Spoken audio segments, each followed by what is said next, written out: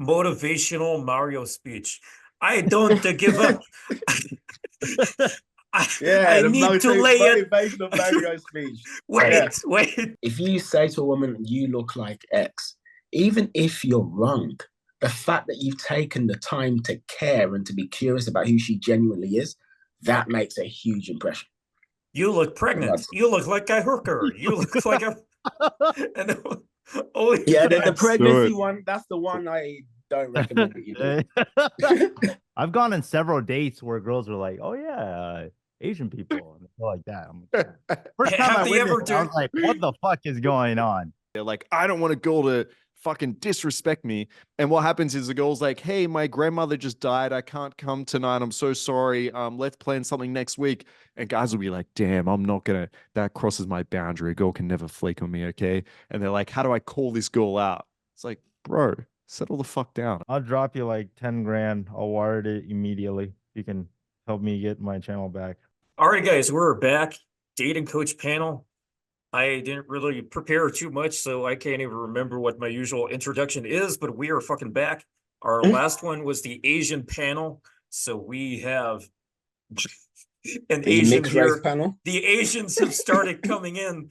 We're having immigration issue. What the fuck am I talking about? The racism has already begun. Actually, Mike was saying some amazing things last time, so absolutely had to have him back immediately. Wonderful stuff. We got Markus, the greatest, the #1 pickup artist in the world right now, calling from, I'm guessing, Sydney. Yeah, that's right, Sydney. Yeah. I recognize that fucking plant in the background. Mike is calling in from Las Vegas unless he has been picked up in a shipping container and taken back to China or something. He's best friends with Xi Jinping, so don't fuck with him. And we got Kieren. Kieren, where are you calling from? I'm from, right now I'm in Exeter in the UK. Small town in the southwest coast. Right. Have you guys fucking heard of it? Exactly. Moving on. Moving swiftly on. Moving on very quickly. Alrighty, we're gonna talk about a bunch of fucking things. Since Kieran's here, let's start with this one. What are your thoughts on Black Pill? Mike was saying something funny on the last one, but since Kieran's here, Kieren, you recently had a hair transplant. I have no fucking idea how that works, but I know you for not having hair. So, like, what's the reason behind this? What guidance do you have for guys? And, like, why did you do it? Okay, but hold on. So I'm hearing two questions. So there's a question about my hair transplant, and there's another one about Black Pill. So which am I answering? We're going to talk about your hair first, because that's on our minds. All right, cool. So, I mean, basically it's like this. Do you need hair to attract women? No. Right. So I am 41. I've been effectively bald since I was like 27. It's never held me back.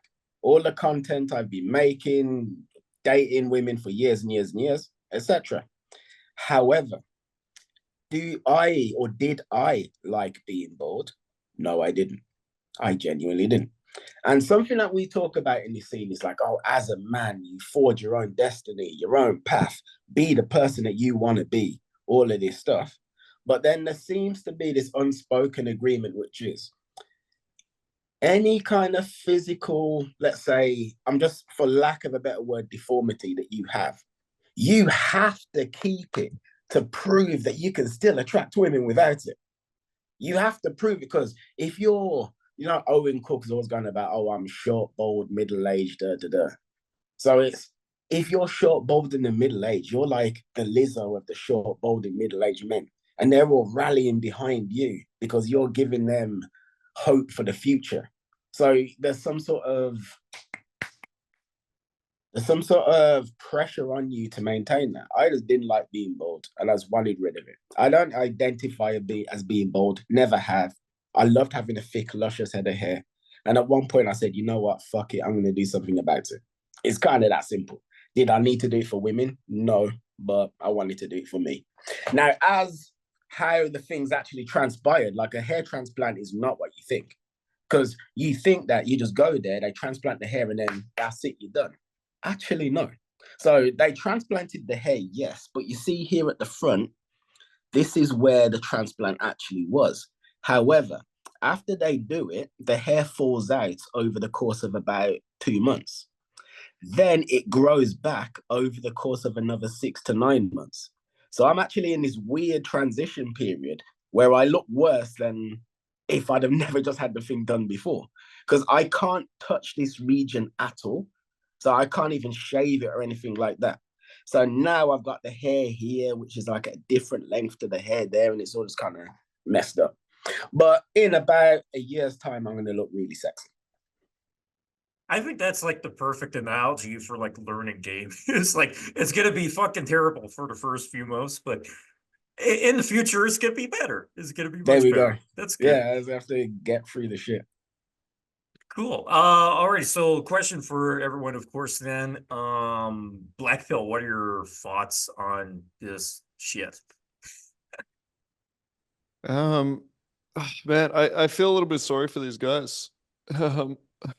I think it's the equivalent of if we had a bunch of dudes that were just fat and overweight, and then everyone, instead of saying, hey, listen, this is tough, but guess what? You're going to have to fucking go to the gym, all right? You're going to have to go for a run. You're going to have to eat foods that aren't full of sugar and fat. I'm sorry, but you're going to have to do that. You're going to have to lose some weight. It's going to be better for you. It's going to be healthy for you, and this is what you need to do. Unfortunately, what's been cultivated is a community where instead everyone's like, oh, you're fat? You know what? It's the food's fault. Do you know who else's fault it is? It's the big corporations that are putting sugar in food, okay? It's all their fault. It's got nothing to do with you, all right? Don't worry about losing weight. Don't worry about eating healthy. No, it's everyone else's fault. Hey, you know what? Fucking working out sucks. Don't ever do that, all right? You deserve better than to work out. It's basically what's happening. And so we're put in this environment now where a bunch of people have this external kind of locus of control where they think, okay, I can't actually get better with women. All right, I've been rejected all my life. I don't feel like I'm good enough to do this. And so instead of looking at myself and being like, it's my fault and I suck, and I'm like, that's a real shitty, horrible feeling. So much easier to fucking join a red pill podcast or some shit and just say like, yeah, look, it's not my fault. Women suck. And then you develop from that and you say, not only do women suck, but I have zero control. Like my behavior means absolutely nothing whatsoever. And it's literally just looks, right? They get even further down that trail. So I don't mind the black pill guys that essentially sit there and say, you know what, looks matter, and I'm going to like looks max, and that's fine. But these guys don't even do that, right? They say looks matter and I don't have it. So I think it's kind of sad. I feel like if more people just said, look, you can make a difference. You can change with your behaviors. You can change your looks. Obviously, some of them believe you can, and your behaviors will make a difference, and you can get to the point where you can attract women. I think that would be the place we go. But yeah, unfortunately, it's a bit sad. I think these guys are just giving up. Yeah, personally, when it comes to the black pill, it's like, I mean, I basically agree with what you just said, Marcus, but those guys, they're so pathetic. I just don't even pay attention to them, because something that I've seen, and I'm sure we've all seen this as coaches, it's like the vast majority of people, even if they really like you or what you do or your content, or they feel like it has value and merit and it can actually help, most won't actually do it when push comes to shove. Most guys won't actually get out and walk through the street and approach women. They'll watch videos, but they won't actually do it. And those are just the guys that actually think the kind of stuff that we speak about is a great thing. To get someone to actually take action is really tough. You can't even force someone to do that. Another thing you can't force someone to do is to even think the concept of taking action is a good thing. So, you know, you got these black pill guys who are like, oh, I am screwed because of X. Because of X, whatever it is, my life is over. I've realized it's pointless even bothering with those people, because they don't want you to be right. Because if you're right, if you're like, oh no, bro, you actually can change your situation, it's not like popping a pill like you take a frigging drug or you drink some alcohol and you immediately get drunk. It's you have to actually work at it. And he does not want to have to go through whatever that pain or that discomfort is going to be. So, yeah, well, like whatever. As far as I'm concerned, personally, those guys don't really exist. Like some guy comes to me and he goes, you know what, I was a member of the Black Pill, but now I've seen the light and I'd like you to help me. Fantastic. But other than that, they can just do what they're doing. I really don't care. Yeah, I totally agree with. Is Kieren? Is it Ciaran? Kieren? Kieren. Kieren. Yeah, totally agree with what you're saying. I think some of these guys are so hopeless. Just pulling them out of despair takes so much energy that just to get to baseline is almost not even worth it. And it's very different than my client demographic. So they're kind of in their own little bubble. But I would say in general, it's victim mentality versus taking action. And, I think you should just follow guys that are getting results versus guys that aren't. Anytime I'm trying to level up, I'm looking at, okay, what are these demographics of guys? What are they doing? Are they actually getting results? Or, are they the type of people I want to associate? If not, then, I kind of just work with other people that are leveling up. But yeah, like I would say 100 guys that watch my YouTube channel when I had it, 1% will take action. Generally speaking, when my subscriber count was around 80K, I'd have 1 out of 100 take a boot camp. So if you're looking at black belt, they're just so I almost don't even have students that are completely black belt.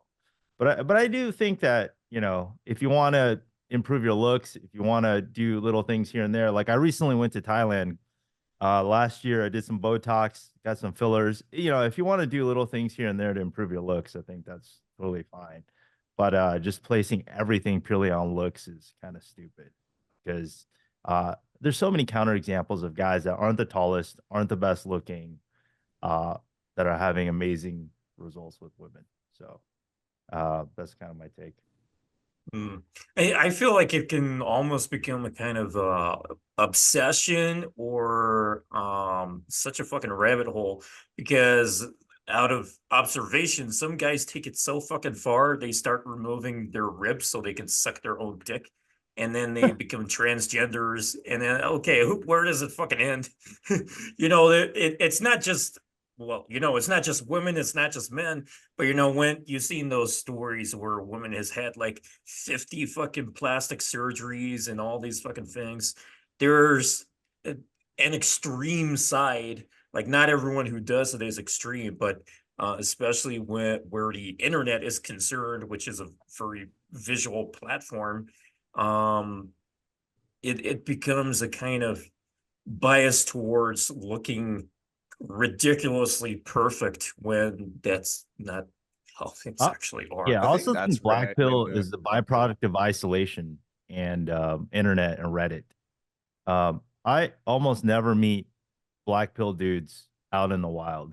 Like if you just go outside, there's almost black pill people. Like they just live You in have to go to their basements to find yeah, them. they live in the confines of their computer and the internet and Reddit. And basically I think ultimately what happens is at some point in your life, there's a forkway in the types of actions you can take, right? And then you just get stuck, and then you're in your own little echo chamber, and then your crazy ideas just gets expanded. It's kind of like politics, kind of like dating. It just gets worse and worse over time.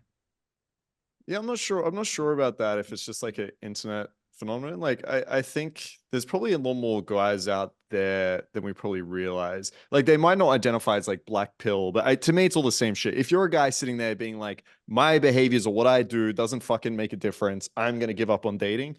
I think that's actually quite a lot of guys. Like, I think we see it expressed through different means. It might be through the red pill means, which is like women suck and like I'm never gonna get a good women and I need to move to fucking some other country or some shit.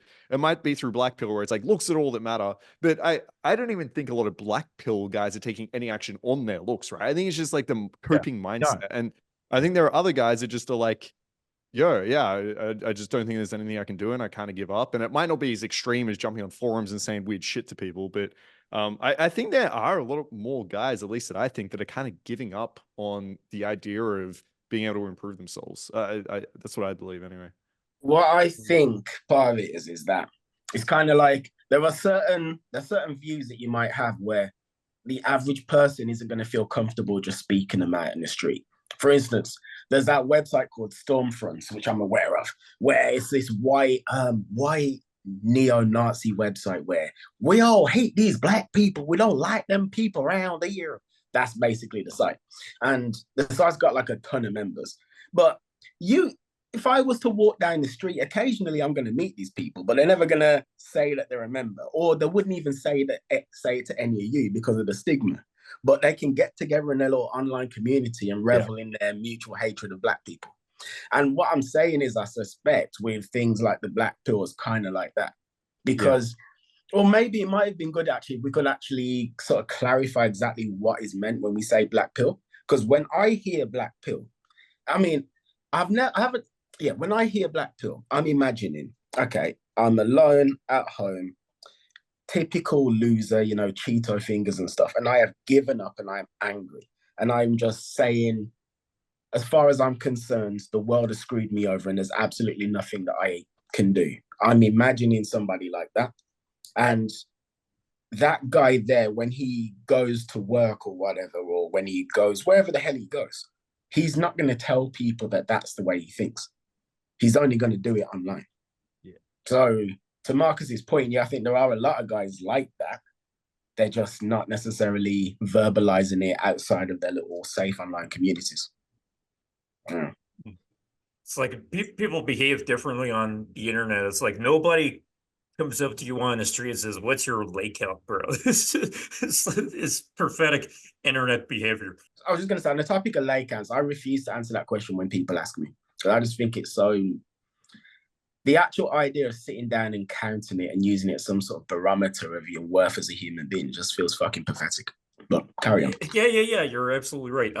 Markus and me were a few months back on a panel kind of talking about, if you remember the sex journal that the other guy's girlfriend at the time used to keep, where she kept notes, 50 guys named that she had sex with before he the boyfriend was fucking named, with fucking notes too. And I was saying that I used to keep my own document, or I would keep like the stats on how many people I had, how many women, just to clarify, my name's not John, that I had sex with.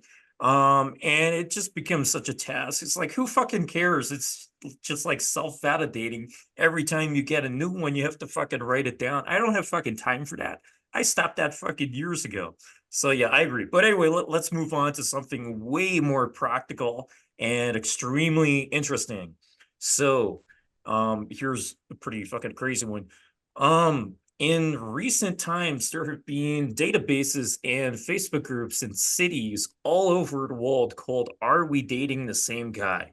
Just yesterday, a Game Global member in Game Las Vegas said a date had just canceled on him because she found a post about him on the "Are We Dating the Same Guy?" Las Vegas Facebook group with girls slandering him.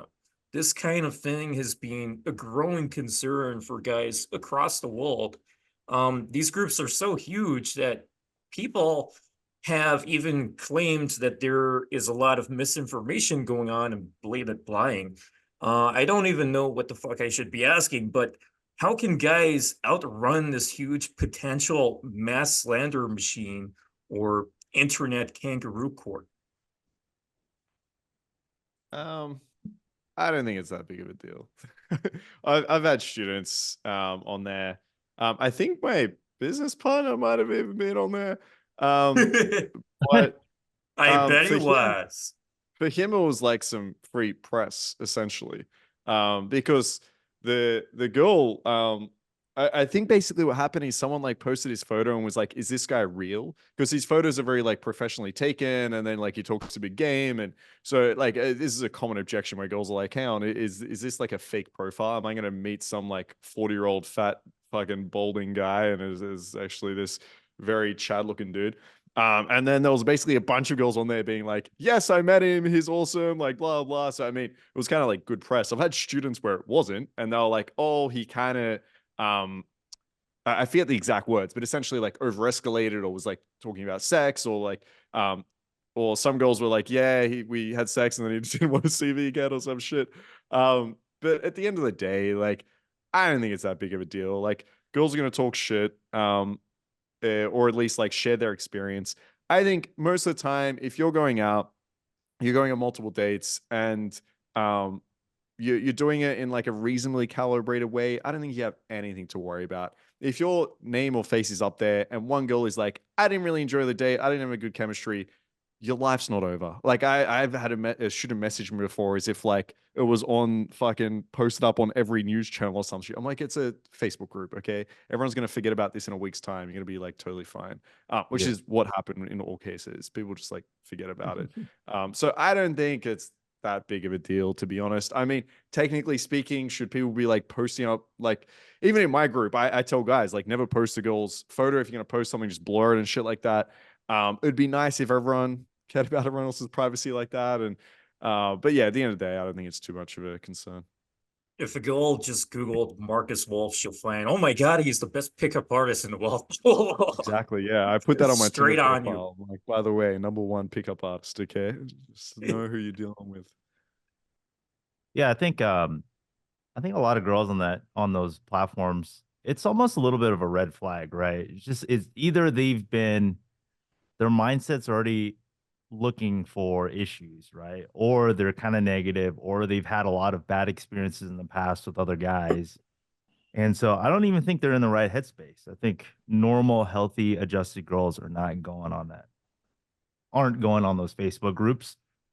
So a couple solutions, do more cold approach. I think that'll help. And then obviously be calibrated, be a gentleman on dates. Obviously you're not going to mitigate the risk completely. I think if you're a nice guy, it hasn't been an issue. I've been running programs in Vegas for over a decade.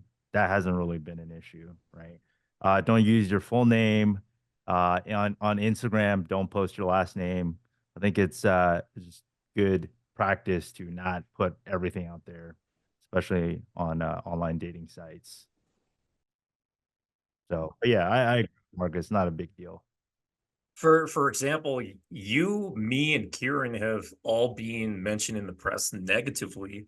Have you run into any experiences where the girl has come back and said, I found this article about you or something like Yeah, that? of course. Yeah.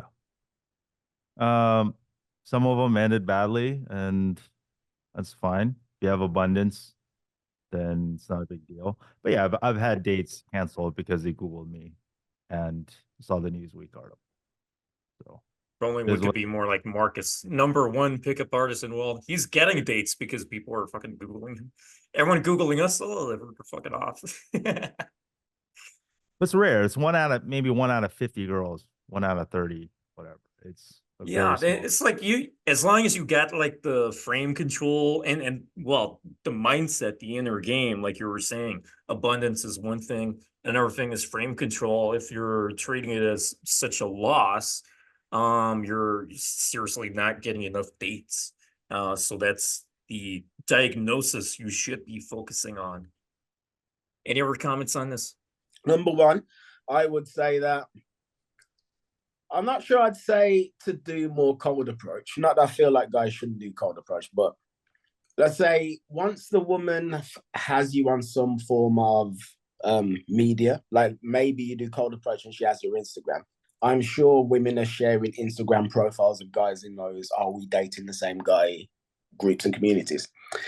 What I suspect is that if a guy comes across like he's too good to be true, a lot of girls don't feel like they're worthy of the too good to be true, or what seems like too good to be true. So then it's like, there must be something wrong. This guy must be a player. So I would imagine that statistically, a lot of our students would probably pop up onto these sorts of communities because they would have more going for them than the average guy. I think that's just something that would just kind of happen. But like what was just said, it's the way I worked it out in my head is that after the article that was written about us, there's a percentage of women who will meet me, really like me, but then find that article and then ghost. And it has happened. I mean, I don't necessarily know they found the article, but I suspect, because everything's going well and then it just stops. So in my head, it's just like, all right, so that's going to happen 5% of the time. You know, it just kind of is what it is. As for some regular guy, what could he do about not being on one of these sorts of sites? I mean, if he was to say to women, hey, I'm dating other women, then there's no reason for them to want to check to make sure they're dating the same guy. Those websites, the whole idea behind that, the unspoken assumption is that this guy should be monogamous with each of us, but he's actually not. Like, he should be monogamous with one of us, but he isn't, and that's a bad thing. So if you're open with the fact that you're not tying yourself down to one woman, there's be no reason for her to then post it up, because she would just already know. Yeah. I agree. Either you're an asshole, or you're too good to be true, or you're probably above average to be posted, because girls are getting hundreds of matches a day. They're surely not posting every dude that they're matching with. Yeah, So they're posting the ones they like. You're already an outlier.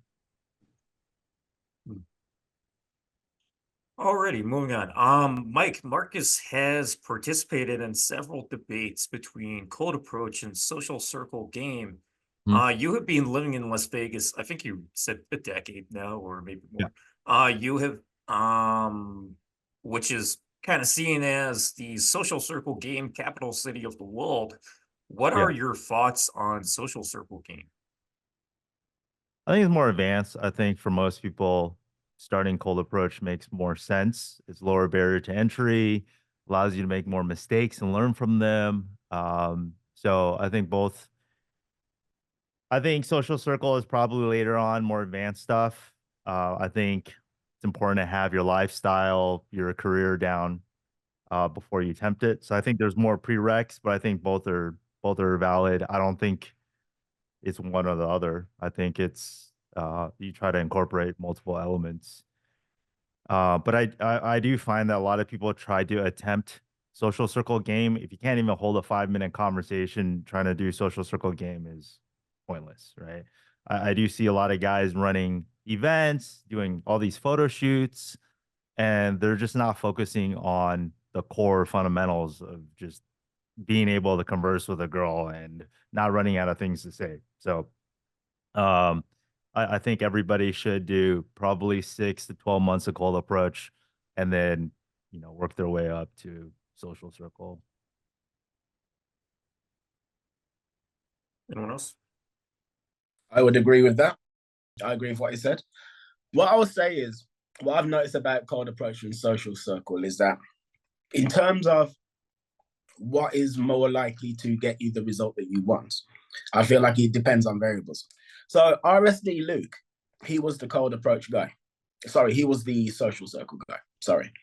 And I don't think it's at all a coincidence that he was massively overweight as well. I don't think that's a coincidence at all that the RSD guy, who was the Social Circle guy, was the one that was the least visually attractive out of all of them. Why is that? Because it's like, when you're doing Cold Approach, yes, there's your personality and all of that stuff. Yes, there is. But effectively, what you're doing is you have a very compressed window of time to make an impression on a woman. And that impression is based on what she sees in front of her and the basic package, of which your looks are actually part of it. If you happen to look at least like decent, or let's say average or acceptable in her eyes, you're way more likely to get a positive response from Cold Approach. However, if you don't, you're more likely to not get a positive response. You still can. You approach enough women and you can get results. Of course you can. Or you can have such a magnetic personality. But if you don't actually look good, or even if it's like, let's say me, if I, as a black man, I go and approach some Asian woman on the street, the odds are she's gonna reject me. There are some that will like me, but most will reject me. However, if they got to know me through a social circle, now those Asian women aren't going to initially reject me, because like, oh, all of my friends like him. Oh, I've got to know him. Oh, now I can see that he's actually a good guy. He's decent. Oh, he's respected in my little community, etc. So in terms of which works and why, That's what I would say like the differences are. Is cold approach is really good if your ultimate look doesn't gel with what the women you're approaching really want to see, because then you can win them over in another way. But if you do look the way they want to see, then cold approach is the king. That's what I'd say. Are we going to get Markus on a rant here? He has faced Michael no, not a- Sartain in these debates Yeah, not a big multiple rant. I mean, times. I agree with Mike. It's just common sense. Like if you just think about it, like I think obviously, I think a big issue we face is you're gonna face some coaches that are marketing what they're teaching, right? So if you're exclusively teaching one avenue of game, of course these people are gonna shit on other areas, right? So I look at it from the fact of just like what's gonna work, right? I just sit it from that. So there's some guys that really want to text and really want to sit at home and blah blah. Cool, do your texting thing. I'll coach you on that. But I'm not going to sit here and tell you that cold approach sucks. And if social circle is the thing you want to do, I'll help you with that. But I'm not going to sit here and be like everything else sucks. But yeah, if you are just exclusively coaching one thing, that's what you're going to be saying. You're going to be saying that like cold approach is a waste of time. It's blah, blah. I mean, we're not fucking stupid. Okay. We all can just have some common sense here and be like, obviously going out in an environment where you can fuck up over and over again, practice your skills, learn these things is obviously going to be great. Now you can be a complete fucking loser. Okay. You could be someone like me 10 years ago that had no idea what they were doing with women whatsoever. You could, yes, get me to host some parties and I could have hot girls around me. But guess what? I'm going to do absolutely nothing with that. I'm going to talk to them for 2 seconds. They're going to think I'm a loser that is basically buying them drinks and got them a party. And then I'm going to do nothing with it. Now, so yeah, I agree with Mike. You just got to develop some skills first, then get to the advanced part of like trying to manage the social circle. But before that, just learn some game. And what's interesting is because I also live in Vegas, we have some overlaps in terms of clients.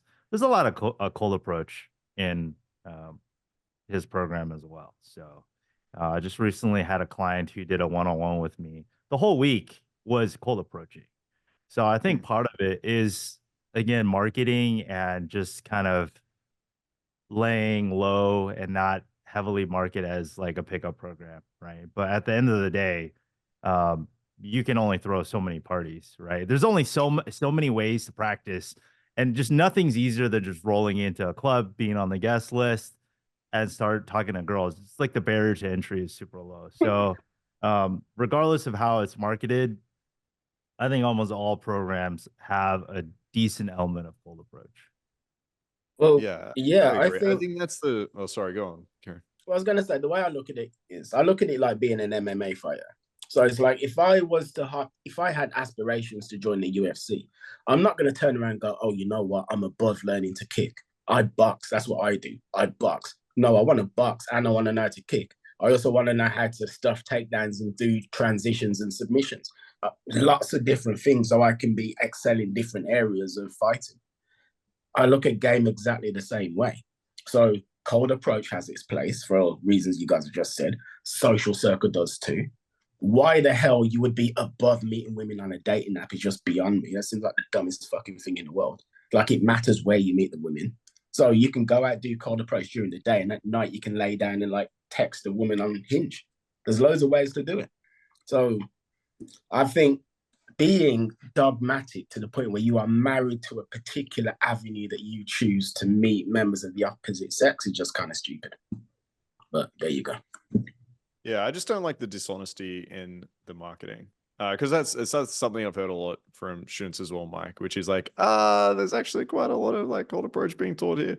But then to come out and tell everyone and have this stance and like, yo, if you want to sell social circle, great. Just be like, yo, this is a little bit more advanced, or you can use it at the beginning. But we're going to supplement some like cold approach. But hey, you do a little bit of cold approach and then you're guaranteed to practice this on hot girls at a party, like blah, blah. Like you could still market that, make it fucking all the money you're making. And I just don't think you have to be dishonest to people about, through the marketing about what actually is working here. But anyway. Stop branding. So the guy that I work with, he told me the guys that did exceptionally well on the program, the live week-long program, were the ones who had previous cold approach training. Yeah, of course. Yeah. That's why, like, I've been told, like, oh, look, these are all the newbies that are like really new, that are absolutely killing. And then actually fuck, I don't want to go into too much detail. But yeah, you're right. Like a lot of these guys, either what my guess is they've had a lot of cold approach experience, or at least some of them admitted to that. Or they're like very socially adept guys. Like this is like me saying, like, getting a guy on my boot camp. And I'm like, look, he's a complete beginner, blah, blah, blah. But if he's good with women already, and then he's coming onto my program and he sleeps with a bunch of girls, yes, I helped out a lot there. But let's be honest, this isn't a guy that has no idea what he's doing with them. He's not coming from 0 and then getting to 100. So yeah, I think like no matter what coaching program you're on, you could handpick 1 or 2 guys that are really good with women and then be like, look at all the results they got.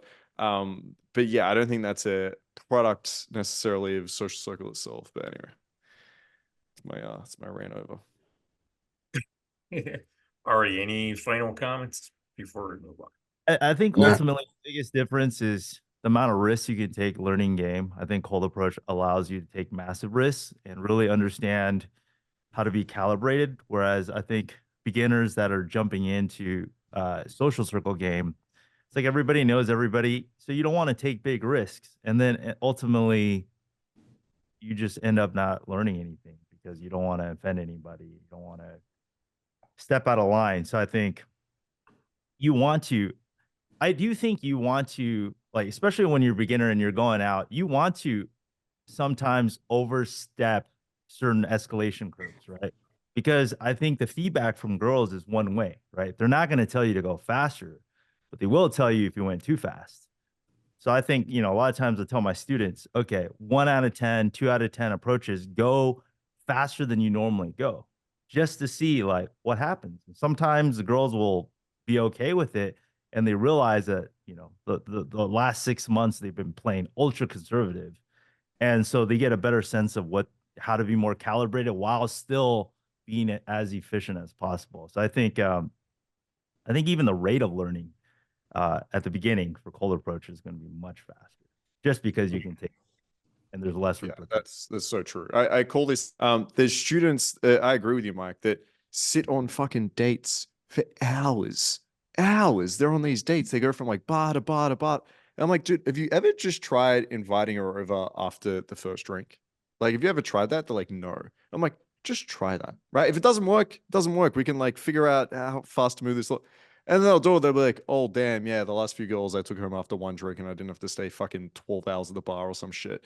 And it's like, yeah, if you just push it forward, find that line, the learning curve just halves. Like it's the way to go about it. But as Mike said, you can't really do that at a social circle party. You can't over escalate. And then all these girls are like, dude, that guy's a little bit fucking, is he new to talking to girls? Like, what's going on here? Yeah, you just, it's so much risk.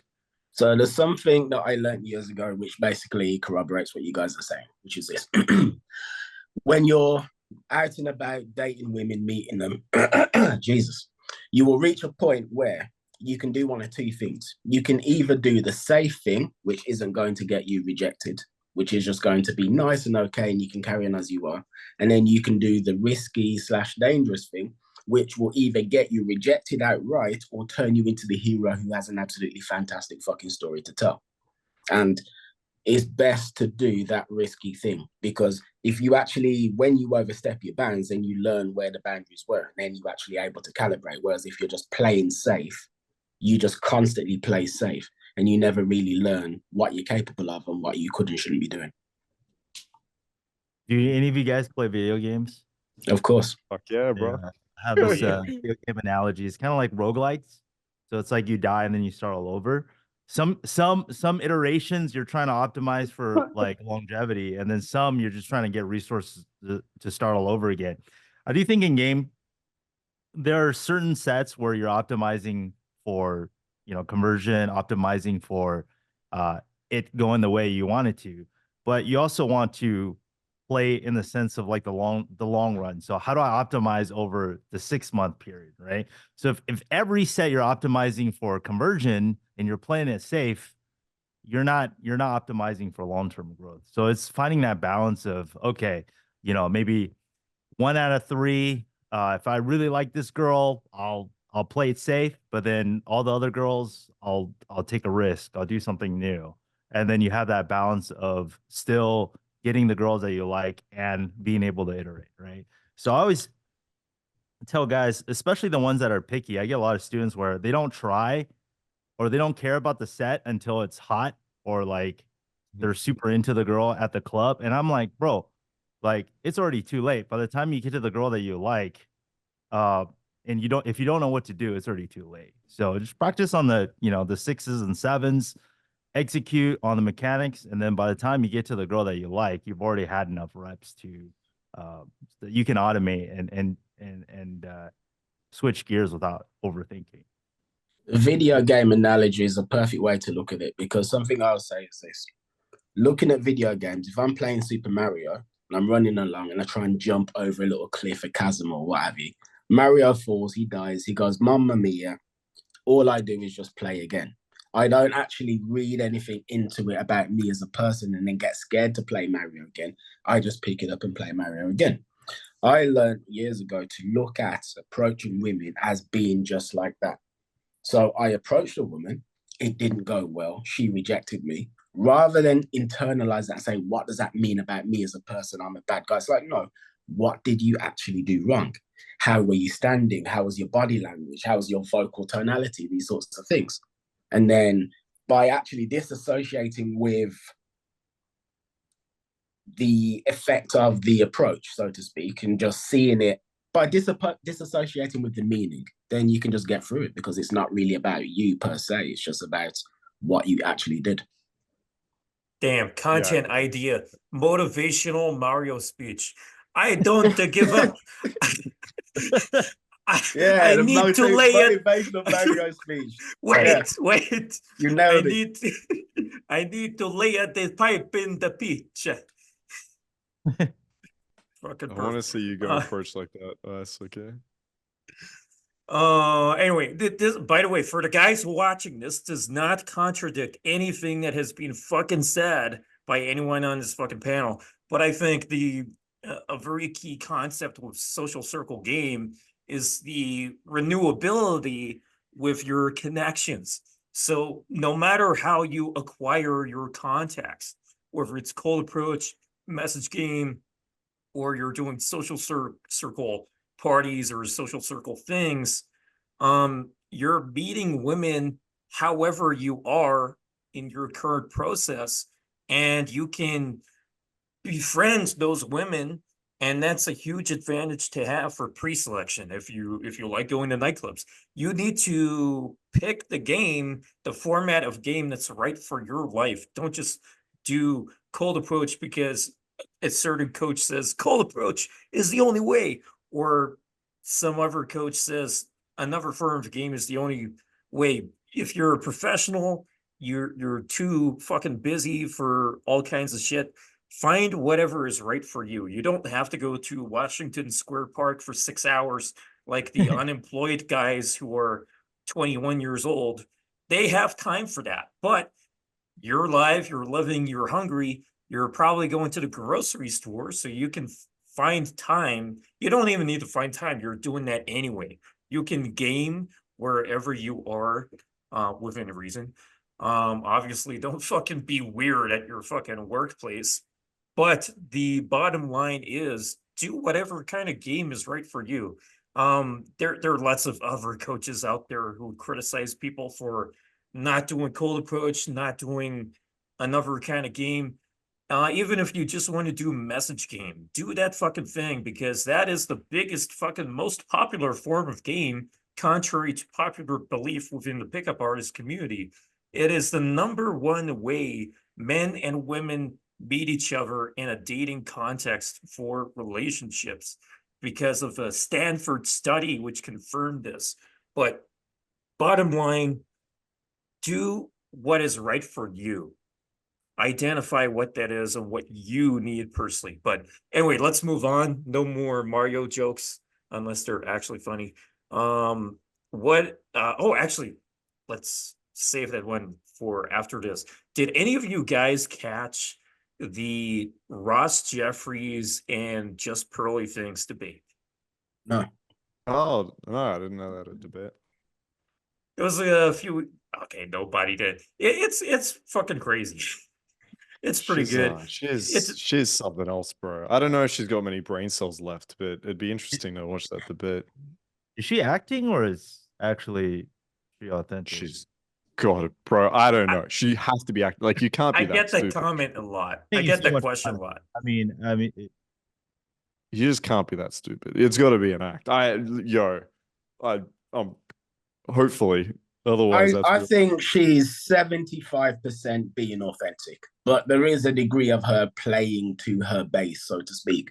Like when she says, I think women shouldn't vote, it's like, come on. Come on. Do you really think that? You really believe that? To be 50% of the population? listen, to be fair, if you're pearly things, okay, and you look at yourself in the mirror and be like, oh damn, I'm a woman. I probably wouldn't want any woman to vote either, right? Like if I was in that mind thinking, damn, like I don't want her voting. So I can see where she's getting at with the whole women shouldn't vote thing. It's basically what I'm saying. But yeah. I think the catch there is it's not that she believes women shouldn't vote. Let's first address the question: does she actually believe what she says? She actually does. You should watch for any guys watching, you should watch the fucking debate. You'll see for yourself. She actually admitted that she changed her mind on certain things. So the debate took a strange turn in a few places. You'll have to fucking see for yourself. I can't explain it. But she does genuinely believe those things. However, when she wears, I'm friends with both Ross and both Paul, so I'm not going to say anything bad about anyone. But when she wears those shirts that says women shouldn't vote, it's not that she's absolutely believing that as her belief. There should be an asterisk with that, because her belief is actually women shouldn't vote unless they work within infrastructure jobs, for example. So there is a kind of like margin. That's not many fucking people anyway. What? But Why does that matter? for me, it does. I'm a Does very no one logical vote? person. If there was an exception to something, I wouldn't be so fucking absolutist. I would put it in small print, unless this applies to you, ABC, whatever. At least I like to be very specific. That's just me. But This is what I will say. Irrespective of whether or not she believes 100% of the stuff she says, I think on the whole, she's a force for good. On the whole. Because she's taking the plight of the modern man and making it public. And because she's a woman, people can't call her a misogynist. You know, nobody can. If say like Ice, if you decided to do just pearly things and you were just doing the same shit she does, the amount of attack that you would get that she doesn't get would be just through the roof. So I think, by and large, she's a force for good, but I believe there's a degree of grift in there. I don't know exactly how much, but I think there's a degree of it. But would I want her to not exist? No, I wouldn't. okay, let's move on. What's your advice for guys who don't know what to say to a woman? You know, those female looking things, you know, if you're a man, there's this other part of the species that have boobs and vaginas, in case you've never seen them. I mean, I would say go out and talk to them and accept the fact that you don't know what to say to them, but also realize that the more you talk to them, the more you'll realize what to actually say to them. So that guy who's asking this question, he's aware of the world of dating, coaching, or seduction, or whatever you want to call this. He knows that there's places that he can go to online. He knows that there's videos he can watch. He knows there's articles he can read. He knows there's coaches he will coach him. Yet he's still asking that same question. Just go out and actually do it. Again, if we use the video game analogy, what's going on is that this guy is so worried about what will happen if he fails speaking to the woman. He's built it up to be this massive thing where he can't talk to a woman and not have it go well, because that just means he's the lowest of the low. Whereas if he actually just does it, it ain't going to be that bad. Maybe she's going to look at him and think he's weird. Maybe she will. Okay, it will sting a bit, but you're not actually going to die. And if you keep doing it, you will get better. That's what that guy needs. because that guy who's asking that question or making that statement, he does know how to find information. He does. He's just not taking action. And that's basically what he needs to do. Just grow a pair and face the discomfort. That's pretty much it. I'd say sign up to my program. No, I'm kidding. Yeah, I think like it's I agree here. Is we spoke about failure before, we spoke about the video game before. You need to be able to practice this. So if you don't know what to say, pick something, try out, and see what happens is number one. Number two is keep in mind, like what you're saying shouldn't be the hyper focus at the beginning. Really, it should be what mindsets are really holding me back from going and putting myself in front of a goal. They're the first few things. Like, doesn't matter. You can go up and say, hi, I think you're really cute, right? I don't give a fuck. Say whatever you want. But ask yourself, what's stopping me from doing that? That's what needs to be addressed. Number two, the next thing would need to be subcoms. So how am I saying this? I should have maybe a little bit of a smile, hold eye contact. I should speak loud. I should not fidget. I should have open body language. That would be my next thing. It's later on down the track, once you get over the mindsets, once you're approaching women, once you're getting to the point where you have good stuff, then you can start thinking, okay, what is the optimal thing to say? Now, for guys that might find it a little bit easier to have something prepared to get over the nerves, that's fine. I mean, you can go to fucking all our channels, you can Google shit, you can find so many different opens or whatever. That's fine, do that. But yeah, I agree here. The premise really needs to be address the mindsets and have the right subcoms and think about the optimal what to say later on. Mike? Yeah, so I think AA prevents a lot of people from actually coming up with things to say, just because if you're under such pressure and intensity and anxiety, I feel like your brain just shut down, right? So just by having a volume going out consistently, lower the threshold in terms of pressure that you need to output. Also, I think a lot of guys, when they go into game, they have this high barrier of what they think they need to say for the girls to accept them, right? But if you think about it, 90% of conversation is just really basic stuff, maybe 10% sprinkled of, teasing, banter, witty stuff. So I think lowering the threshold of what you need to say, being okay with just saying regular stuff will help you not run out of content. But also, improv comedy is amazing. I always recommend everybody to take improv. When I first started out, I actually convinced my manager to pay for my improv class. I told him it was going to help me make better PowerPoint presentations, etc. Did classes 1, 2, and 3. Being able to create associations, right? So I think a lot of guys, if you look at naturals and they're asking the same questions as a regular dude, right? Guys that are good with women, they're still asking basic questions. Where are you from? What are you guys celebrating, right? The magic comes when after the girl answers the question. A lot of times it's a one-word question. It's how you respond to those answers, right? The types of associations you make with the answers, right? So it's huge in that. And then drills. A lot of people don't really do drills at home. I think if you have a good balance of infield and drills, that's also important. What I used to do and what I tell clients is do word association drills. Okay. So take a random word generator. You can go online, have it give you a random word. Just set a timer for like a minute and you just talk about that word for a minute. And by doing these drills and then also having association games. So you pick a word and then you pick 5 different associations of that word, right? So for example, you could be like blood, vampire, then you could be like, Hollywood. And then quickly you could take, one subject and you blow it up into 10 different threads. And then the long-term thing is just having an interesting life, right? So long-term goals could be more hobbies, traveling, sign up for new classes.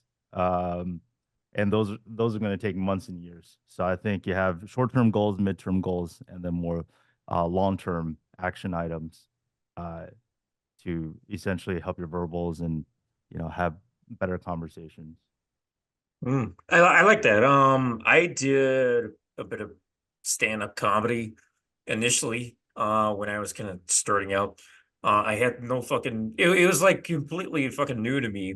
and I didn't really rehearse or anything. But my first experience, there were quite a lot of comedians there who do it professionally, and they said, "Oh my God, that was actually amazing for a first timer." And they said their first time was fucking terrible and shit like that.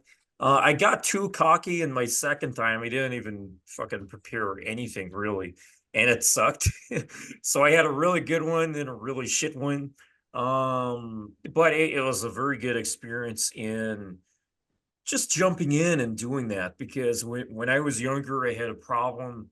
Like I'm the last fucking person I would have imagined to have my own fucking podcast or book.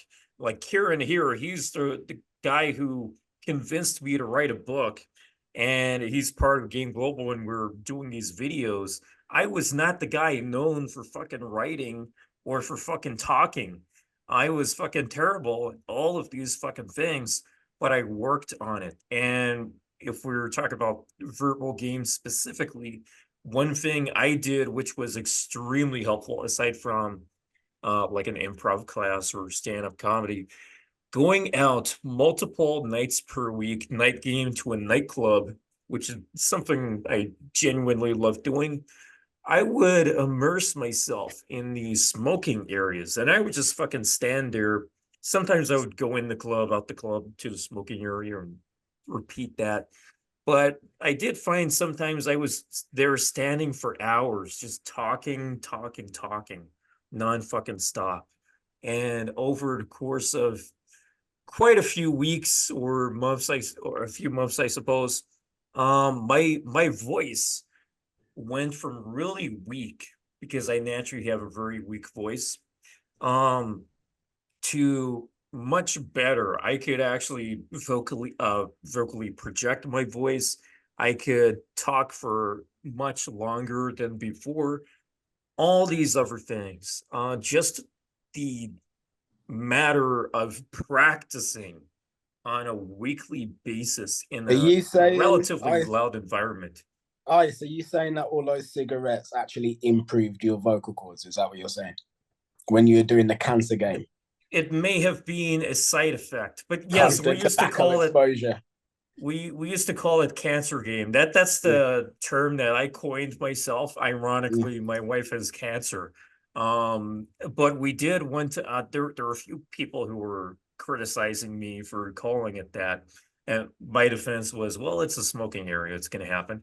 But we did actually get a cancer patient come out one time, and he said he has just been recovering, hasn't been out for 2 years or something like that, and he had no hair, hadn't been out for such a long time, and he was just like so curious and was thanking me for like putting this thing together, because we were doing these night game sessions every week for the groups years ago. But that's just a funny story. I haven't thought of for a while. But yeah. There were two things that helped me. So I don't think everybody's like this, but for me personally, if I'm out and I am moving to the music and just bouncing my head, I get out of my head and into the environment. And that automatically makes me more talkative and more witty and more engaged in a conversation.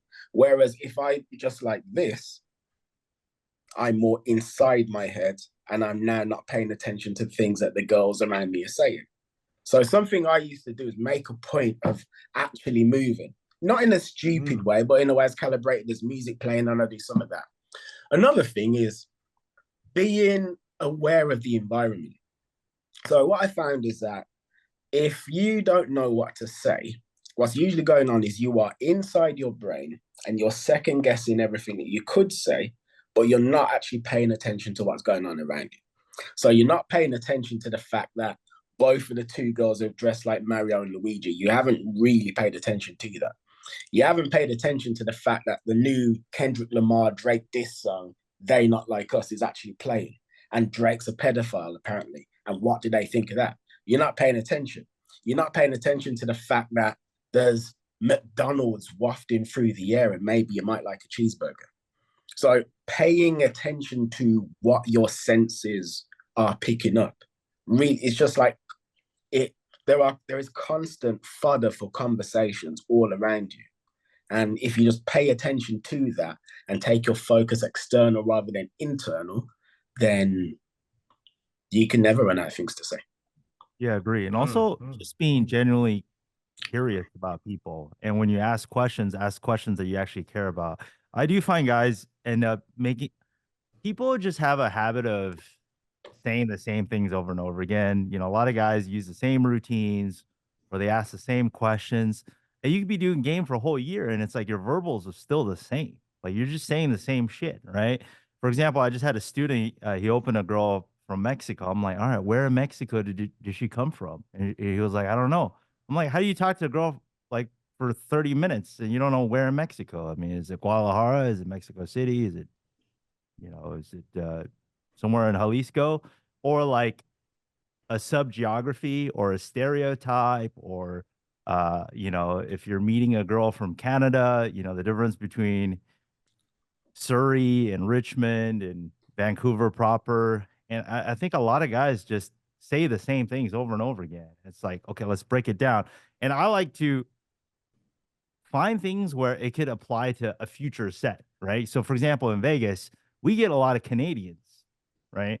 During the summer, I would say probably 30% of the tourists are Canadian sets. And they're the best. They're attractive, they're friendly, they're down to party. And so like it probably makes sense to learn about Canadian geography. So I always hound my guys to like, okay, learn about the different cities, learn about the different come back and name 10 provinces or you're kicked off the fucking program. Fucking Nova Scotia, Halifax, hey, fucking New Brunswick. I literally one time I was like, you know what? There's so many Canadians. I just took out the Canada map and I was like trying to memorize all the provinces and that way, like just spending 10 minutes on Google can make your sets like way better, right? Because the average guy in a club, I'm sure Canadians get this all the time, like seeing another dumb American that doesn't know shit about Canada, that probably thinks that people live in igloos. If you just had like one unique line or one good cold read, you probably stand out more than 95% of guys who know nothing about Canada, right? So just reviewing your own sets and just spending some time on the internet, like it makes you stand. Yeah, you're already way ahead of the game. You mentioned like the Mexican woman, for example, just that one tiny piece of information, Mexico, there's so much that I can think of that compared to when I could have before. For example, she's a woman, she's from Mexico. Oh my God, does she fucking cook? You said, which part of Mexico is she from? Yeah. What kind of Mexican food can she cook for me? That's not only a conversation, that's also a date idea too. So there's a function to it, a purpose to it. So much you can go from there. I really like that. And you're talking about Canadians, and we got an Australian here. Here's the funny thing that depending on what question I get, I like to say, if someone asks if I'm American, I say, haven't you fucking learned? It's been a while since I fucking said this. Haven't you fucking learned the difference yet? Why don't you ask every American sounding person if they're Canadian? Then at least you only offend the fucking Americans. And same goes for Australia. If you're not sure if they're from New Zealand or Australia, just ask if they're from New Zealand. That way you only piss off the Australians. Now, the logic here is New Zealand and Canada, they're the ones with the smaller populations. So there's a bit of irony in that. So you're only pissing off the Americans or the Australians. Well, that's more likely to happen then. They're the asshole ones. Which is another kind of fucking sense of humor to it. But there's so much you can fucking go to with this, and so much you can learn from. Like for me, moving to London was such a big fucking change. I met someone who claimed she was from North Korea. I was, what the fuck? I never expected to meet a North Korean this fucking quickly. You can just learn from so many cultures, especially if you're in that kind of international city. That's not only an opportunity to learn, but an opportunity to enhance your verbal game in so many ways. But, Yeah, I and mean, by the way, Sorry, I just want to say No, go I for it, need to leave in like the next 15 minutes or so. So whatever your next question is, if you could ask that quickly so I can answer it before I go, that would be great. All right. But I don't really need to rush Any you, but I do need to go. any Yeah, I was just going to tack on to comments that. on Like, this? it does seem, the guys listening, it might seem somewhat like superficial, or it might seem like, hang on, I need to go study geography. Like, what the fuck? But I think it's important to know why, right? Like, if you are a girl, especially if you're from a country or a place that isn't that well known, keep in mind this girl's experience, especially in America, is going to be that zero people understand you, know where you're from, or if they do, they give you some stereotype that's not true. If you're that one guy that is like, oh, you're from this country, I know this about it, and it's actually a real true fact that isn't a stereotype, these girls will have that feeling of like, he understands me. Oh, damn. And that feels really nice to the girl. And you have an element of pre-selection too. If you're from a place like Russia or Ukraine, and then you come to America and the guy's like, oh, I know Ukrainians, okay? I've dated Ukrainians before. Now this girl's like, okay, damn. Not only does he understand where I'm from, but he probably understands what I like sexually or what I like in a dating sense. This guy's probably a little bit more dominant. He's dealt with like Russian girls that are a little bit more direct. So yeah, that's why it's important. Like you really have to put in that time, and you can just ask the girl, like, okay, you're Russian, I've never met one before. Like, hey, what's tell me more about it, right? Let me learn. Let's fuck. Okay, don't worry about this set. Fuck this off. But now the next Russian girl I speak to, damn, I'm gonna do so much better. So yeah, I think it can sound when you're listening to this as the guy at home, like I need to do what? But it's really important. You have to start learning more about the girl's culture. Well, Oh yeah, okay. you can even do this leads me language on to like something. you were saying Russia, for example. Ты понимаешь по-русски? You could learn part of their languages too. Yeah. Capisci italiano? You can learn even just the basics, and they have such fucking huge admiration for that. And it's useful in other ways too. Like I was in Tokyo like 2 fucking weeks ago, and there was a kid who was fucking lost, and a Japanese woman was like asking him questions, and I identified he was speaking Russian. So I helped try to translate between Russian, Japanese, and English for this fucking lost kid who was looking for his dad. It was like, I guess he fucking went back to Siberia. I don't know. But you want to know Yeah, something that guys could do with doing? It's like, so one way to make a girl feel like you understand her is to actually give a crap about who she is as a person and be genuinely curious and interested in that. Like an example being a time I met this woman who was a dancer, and I said, you have the posture of a dancer. And it was like there was something so almost unnaturally perfect about the way she was standing. Yes, she was hot, but it was literally her posture. It was incredible. I mentioned that, and her mind was absolutely blown. This brings me on to something. So I'm actually coaching a woman right now. There's a woman who I'm actually coaching. And doing so is showing me a lot of the differences that men and women have to go for, but also a lot of the BS that women deal with as well. So on dating apps, it's like men never, ever, ever, they don't care about anything other than what she looks like. And she wants to find a man that she genuinely connects with. But it's all body, body, body. Are you fit? Body, body, body, body, body. Do you want to fuck? Body, body, body, body, body. When guys are meeting women in clubs, they're taking that same mindset as well. And they forget that they're actually in front of a human being who maybe likes tennis, maybe has desires to join Greenpeace, maybe she's sad because someone was bereaved in her family. You forget all of that, and it's just, I want to get between those legs. Whereas if you actually think, all right, she seems like a conservative person. She seems like she's a very creative person. Look at the way she's put herself together. Look at how she's dressed, how she carries herself. I think she's an artist. Things like that. I find that even if you say to a woman, you look like X, even if you're wrong, the fact that you've taken the time to care and to be curious about who she genuinely is, that makes a huge impression. You look pregnant. You look like a hooker. You look like a...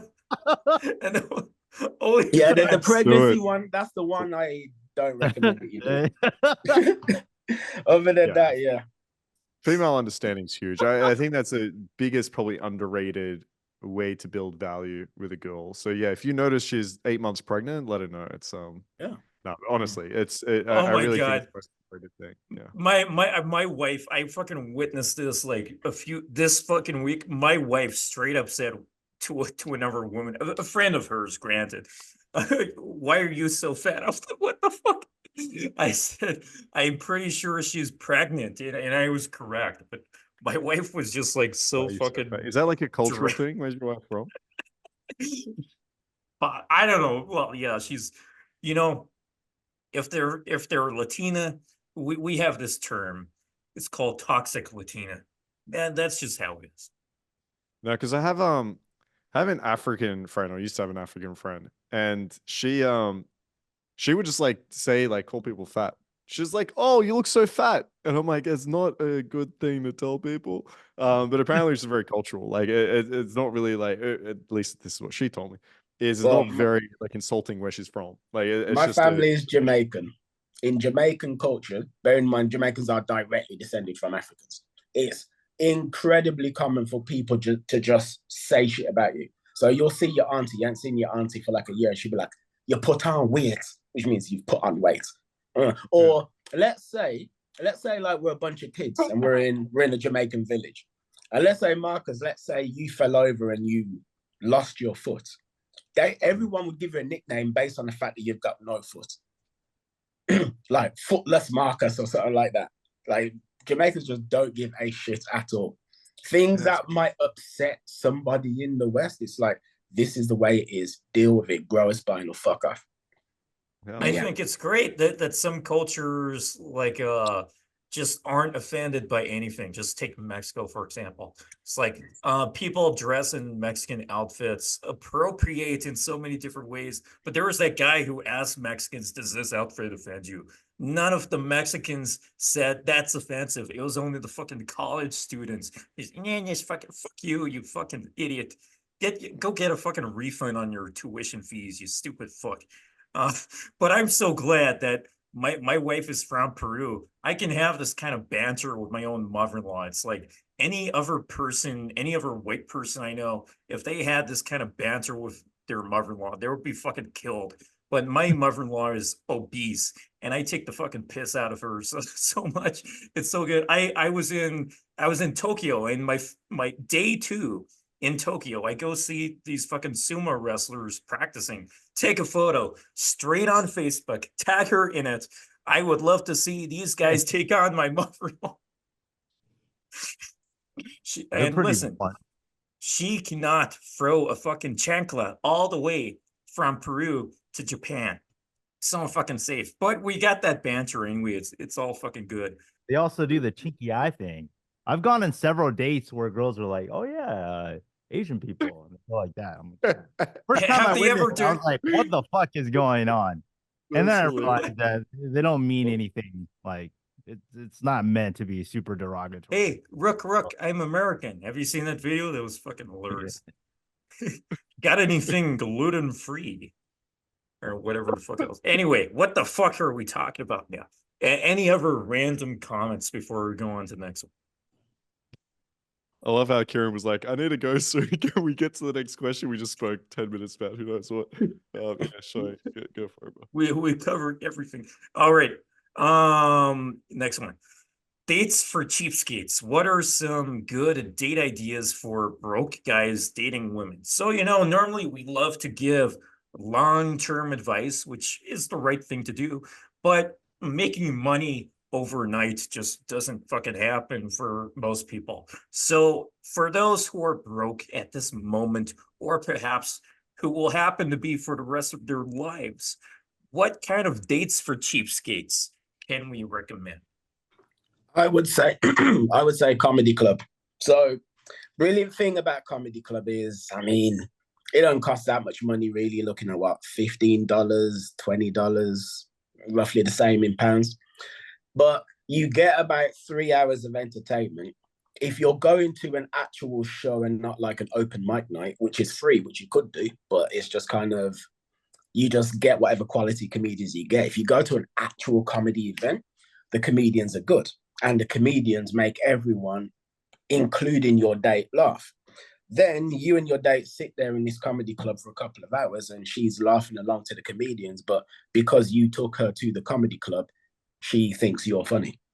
So you haven't really spent much money outside of the $10 to get in. I mean, I would hope you could afford that. Maybe you bought another drink inside, but you've been there watching a comedy and she is having the comedians do all of your work for you. And now you get to reap the benefits. So I would say that. I mean, I'm sure there's cheaper things that you could do, but I'd say that's a good one. Yeah, man, like if you can't even afford like 10 fucking bucks, everyone fucking can. Well, yeah, Okay, like, not everyone, but if you're so broke you can't afford to go to a comedy club, it's like, you know, you probably shouldn't be dating. We got bigger problems to fix. But anyway, with that, I do need to skedaddle. So it has been emotional, gentlemen. Thank you. Thanks for coming along. Yeah, thanks for having me. Ciao. Get your whatever say. Yeah, I was saying, get a fucking job. I mean, the most of the dates that I recommend is just straight to your fucking house, right? If you got some compliance, you sexualize a little bit, you can just get the girl straight over, like, most of the time. So that's what most of our students do. What does that cost you? Depends if you want to buy a bottle of wine for you guys or not. Otherwise, just pour some fucking water. That's the cheapest date you can do. You can have amazing sex, good to go. Otherwise, yeah, you go to a bar and just pay for like 2 drinks, yours and hers, and don't sit there for like fucking 12 hours. But these questions are always like huge red flags for me. I get it if you're like fucking 19 years old or something and you've like just moved out and you're at college or some shit and you don't really have much of an income. That's fine. This is coming from anyone like outside of that, then you just have other priorities that you need to get sorted. Yeah, there's no like magical cheap shit. I mean, that's why they're free, right? So I think people already know the answers to what a cheap date is. It's not like we're gonna give some kind of profound answer, right? It's like boba, a walk in the park. Yeah, anything that's just there really isn't a whole lot of options if you don't want to spend any money, right? Jamba Juice. Comedy club was cool. I did enjoy, back in 2011 when I was going out. There's these places called the Improv. I think there's like 10 plus ones all over the US. And on the weekdays, I think I was on a Facebook group where it's free tickets. You just had to buy 2 drinks. That was a really good date idea. And a lot of times the comedians were very sexual, and you've already broken the ice because the comedians talked about it. So you're just I wouldn't Talk say shit about you. What's that? The comedians normally pick you out and talk shit about you. There's one time, dude. One time I was on a date with this light skinned black chick, and I was this Filipino comedian. Every fucking joke was like a self deprecating anti Asian joke. I'm like, you stupid ass. Like, could you not make self deprecating joke? It was such bad content. It was, man. But in general, I think comedy dates are pretty good. But I don't think it's that cheap because comedy shows are like $30. If you pay for 2 plus drinks, I mean that's $80 to $100. So then it's just the cost of a regular date. It might even be more than the cost of a regular date. But I think people need to understand that, like, how does this fit into your long-term plan, right? Like, this is a very this is like a very initial step towards your long-term dating goals, right? So, I mean, you're not gonna find your dream wife your first months in and you're broke, right? It should just be focusing on getting practice, getting some experiences while you're working on other things, right? So I think people just need to understand the perspectives of like where you're at and what you're trying to accomplish, which is just getting some reps, getting some practice, getting some interactions in. Yeah, you got to start somewhere, and there's you got to start small, and you can gradually work your way up in some form. But even like movie theaters can be pretty fucking expensive now, like $40 for like both of you. At least I'm actually lowballing there for like the prices I have looked at. for where I have been. But you know, that's not even including the fucking hot dogs, the slushies, the fucking popcorn and all that shit. And it's like together, that's even fucking more. And then there are other things that have like super gone up in price, but focus less on the price, I would say, and more on, well, of course, don't pick something stupidly expensive if you can't afford it. But what I'm trying to say is think about what you find genuinely fun. Dates should not be fucking boring. You should be having a good fucking time that is genuinely fun. So the advice I always love to give is, in my book, there was the free things line. What are free things you would love to do for a first date? And then you're extracting free date ideas. Sometimes she'll give more, sometimes she'll give fucking two, sometimes she'll say, I don't know. But the essence of this is that you're literally getting the information of what she would like to do. And then you don't have the pressure of trying to impress her, waste money if you're really that bothered by spending too much fucking money. If she literally just wants to build a fucking pillow fort, you don't need to pay anything for that fucking thing. You already have your own bed and pillows, hopefully. So it's all fucking there. You can be as creative as you fucking want and realize that there's so much out there, but there can also be so much in here that you can think of too. A very appealing date idea statistically is picnic. That can be either way. It could be cheap, it could be expensive, but there are so many fucking things you can do. You don't always have to go to a fancy ass fucking restaurant or a place that costs a lot of fucking money, especially if you're having lots and lots of fucking dates. Be creative, switch it up, and do what is genuinely fun for both of you. Alrighty, moving on to the next one. What is one of the biggest lessons you have learned in dating compared to when you were a lot younger? Fuck. Oh, That's a big dude, question. there's so many things. Holy shit. Um, I can't give you the one biggest thing, but lessons I've learned in dating. I think I've learned a lot about myself, right? So when I was younger, I had a lot of like limiting beliefs, mindsets, the way I acted in social situations. And I think the big thing for me is reflecting on that was a huge lesson. I can actually reflect on how I view the world, about how I view interactions, about how I actually interact with people. And when I reflect on that, I can understand what's working and what isn't. And that really allows me to grow as a person. So I think looking back, that's probably the biggest change I've had. That dating taught me. The Mario example that we go back to, that is not only useful when it comes to women, that's useful when it comes to work. It's useful when it comes to family, it's everything, right? So just that ability to know that I can go out there, interact with the world, come back, reflect on that, learn, grow, develop, become a better person. I think that's a lot of what dating probably taught me. I think for me, moving to a bigger city, better city, number one, and then meeting people that already have what you want, right? I think a lot of guys try to learn dating through YouTube and Reddit. It just doesn't work. You got to get out there. You got to meet people.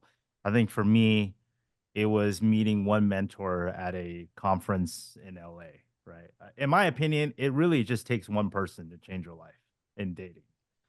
And if you can't find a mentor or you don't have the money or the capital means, see if you can work in exchange. That's what I did. I didn't have money at the time.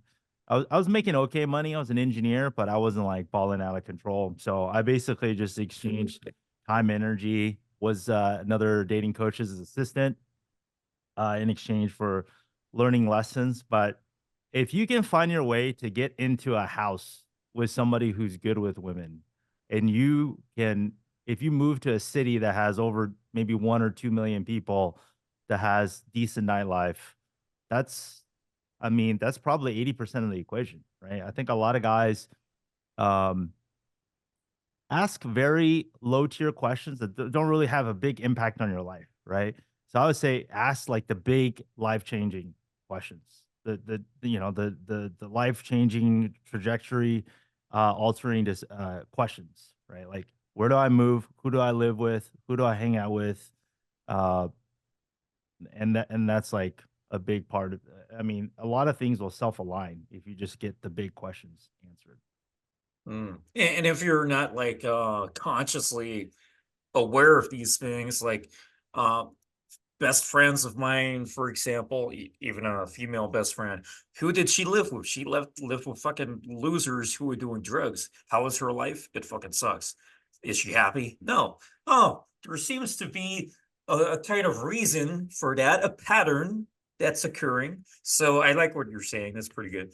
That makes a lot of sense. Like I would say in my case, when I first moved to London, it was like I really immersed myself in the community. I moved in with guys who were in the game, a game house. We were dedicated to these kinds of things. We're on the same fucking mission. I didn't move into some fucking random place with some stinky weirdos who do fucking drugs. Like, luckily, that didn't happen until later. No, just fucking kidding. No, seriously though, we did have a fucking sketchy guy fucking moving. I'm not gonna fucking talk about it. He watches the fucking videos. Actually, fuck. Cut that out. Goddamn, he's gonna be fucking stalking me again for the next few years. Cut. Great. Better if I don't fucking say anything. Best thing you could do is just fucking immerse yourself. Like at Game Global, we built fucking 310 cities around the fucking world. And it's funny, I always see these guys ask, like Mike was saying, ask the right fucking questions. Guys come in and they say, is this group alive? Is this group active? Don't ask about the group. Ask what's going on. Ask what people are up to, what lessons they have learned recently. Ask who's taking fucking action. Not, anyone alive? Hey, hello. Don't be fucking useless. Ask the right fucking questions, immerse yourself, and actually make use of it. There's so many guys who are just completely unaware of the resources they fucking have, the access that they fucking have to utilize those tools. And instead of just being a fucking weirdo in the chat, just watching everything and commenting weird shit on the internet. This is here for you to take action.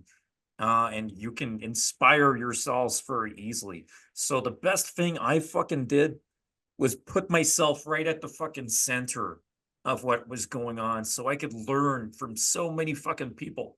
I have literally winged with hundreds or even fucking thousands of people back in the fucking day. I met so many fucking people from the events, and that excelled my learning much more than anything else. You compare that to like watching a few fucking videos on YouTube.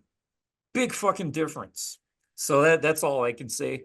Any other comments on this? Yeah, you see a lot of people coming into Vegas organically. You know, they'll go out. I see this where they go out. You know, they'll come on vacation to Vegas. They'll go out for 2 weeks. They meet a couple of cool guys, naturally become wings, and then ultimately, you know, I don't know. A lot of my clients they have remote jobs, etc., and then they just form their own like, you know, little game houses. End up moving to Vegas, and they just completely change within 3 to 6 months. It really doesn't take a lot to get pretty. If you know what you're doing and you're consistent, it doesn't take that long to get good at game. Um, I see these guys are perpetually like in game for 7, 8, 9, 10 years, and they're still bad. It's like, dude, if you haven't gotten good in 10 years, you're doing something wrong. In my opinion, if you're in the right environment, you can make monumental changes in 6 months. And yeah, just form these groups. And also, as far as wings, I probably, yeah, maybe not thousands. I've definitely winged over 200 guys in my first couple of years in my journey, but I think a lot of guys, you definitely want to hang out with guys that are better than you. I think a lot of wings is just not serious. And just like some of your former friends, if they're not being consistent, they're not working on themselves, you're gonna have to like drop them. And I think definitely having quality over quantity is what matters. Just one or two solid wings, one solid mentor, easily change your life. Yeah, I guess it depends how you see wings. Like I always just saw it as I don't know if wing's the right word for what I would describe a wing as, but I think it's nice to just have a group of people that go out with you. Like I would have, we had a group chat back when I was going out of like 30 guys or something, and 90% of them were awful at game. We get to the club, wouldn't approach, but it didn't matter. Like as long as I had someone being like, "Yo, we're going out tonight," I'm like, "Yep, let's do it." I'll meet them, we'll have a chat, and I'm like, all right, you're not going to do your thing, but I will. And at least it was a nice way to feel like you had friends or people at the club. It was good motivation to go out. But I agree. If you're actually going to be like winging with someone, then ideally find someone like, yeah, better than you and that can actually push you and help you out. But otherwise, like for most guys, I think it's really hard to find. So even if you just find someone that can just be like, yo, let's go out tonight, cool. Just that motivation, I think is good. Definitely. Alrighty. What advice do you have for guys about setting boundaries with women? A shitload of men are being fucking manipulated and walked over like fucking dummies.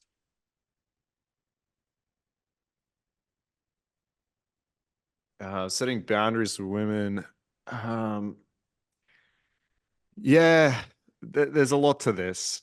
I think one is you need to understand your own value here a little bit. And it needs to always come from a place where you're not chasing. I think a lot of this boundary setting usually just comes because you're so needy for this girl, you've pedestaled her, you have such a big fear of loss. That's where it comes in. I don't think there's a way around this. You can't have a guy that is so desperately in love with a girl, so scared of losing her, and then try to give him some strategies around, oh, you need to learn to say no and do that. Like, you're just not going to implement anything if you think you're going to lose this girl. Well, that's where the fear of loss comes from. So I think it's probably a slow progress, but you need to get to the point where all the girls you're interacting with, you're only investing as much as they're investing back into you. You need to start understanding your own actual worth and value here. You do need to have an understanding of what is actually going to create like loss, what is actually going to fuck up this interaction. Most times it's not setting the boundaries and being too needy. So I think that's all really important. When it comes to the actual boundary setting, then I think a lot of this is going to be implementation through behaviors. It's going to be number one, knowing what boundaries you actually want to set beforehand. So you're not trying to like fuddle around with it. Like, okay, she pulls out a phone on a date. Is that something I care about? Is that something I'm going to put up with? If she flakes, like, where am I sitting here? So I think pre-analyzing and understanding what behaviors are acceptable and what aren't, and then understanding as well, what are you going to do about this? If a girl pulls out a phone on a date, are you telling her to fuck off and never speaking to you again? Or are you addressing it verbally? Are you pulling away some attention? How do you deal with that?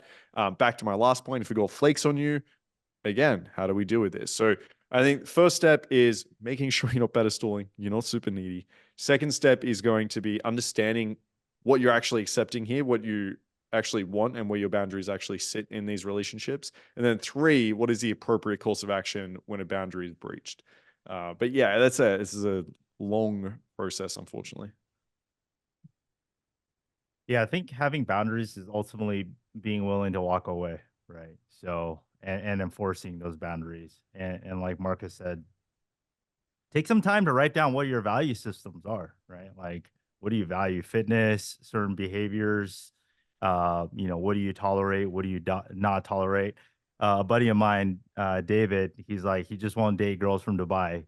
It's kind of a funny anecdotal boundary setting, um, but yeah, I think spending some time to figure out what you like and what you don't like, because in my opinion, the types of girls I like now is probably different than the ones I like back in 2010, 2011, right? So having enough volume, having enough abundance, and I think when it comes to boundaries, some things maybe one warning up to three, and then you got to be able to walk away.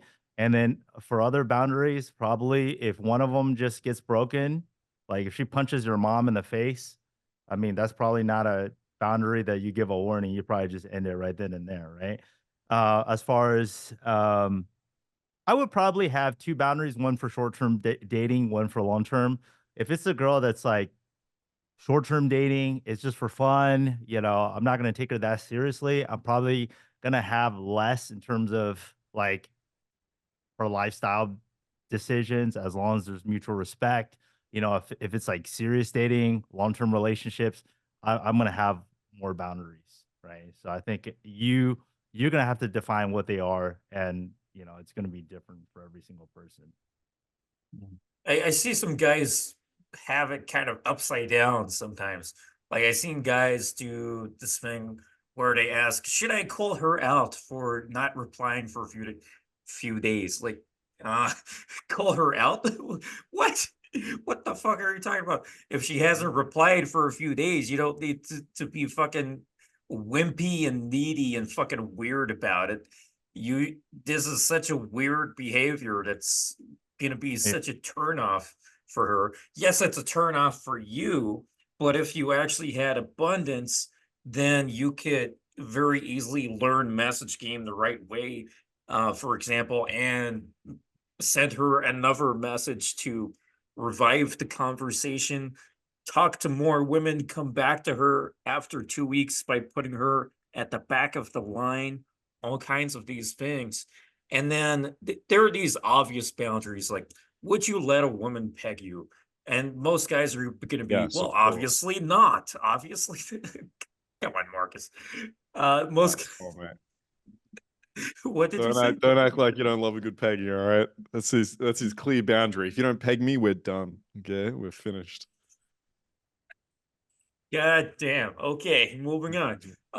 No, but actually, can I just add on to that? Because I think you brought up a really good point here, which is one of your boundaries should not be based on attraction. Like, if the girl's not attracted to you, that's not a boundary you have to enforce. Like, if a girl has stopped replying or some shit, that's not a boundary that you need to get like a big ego about. You're like, fuck, I need to call her out of not being attracted to me or some shit.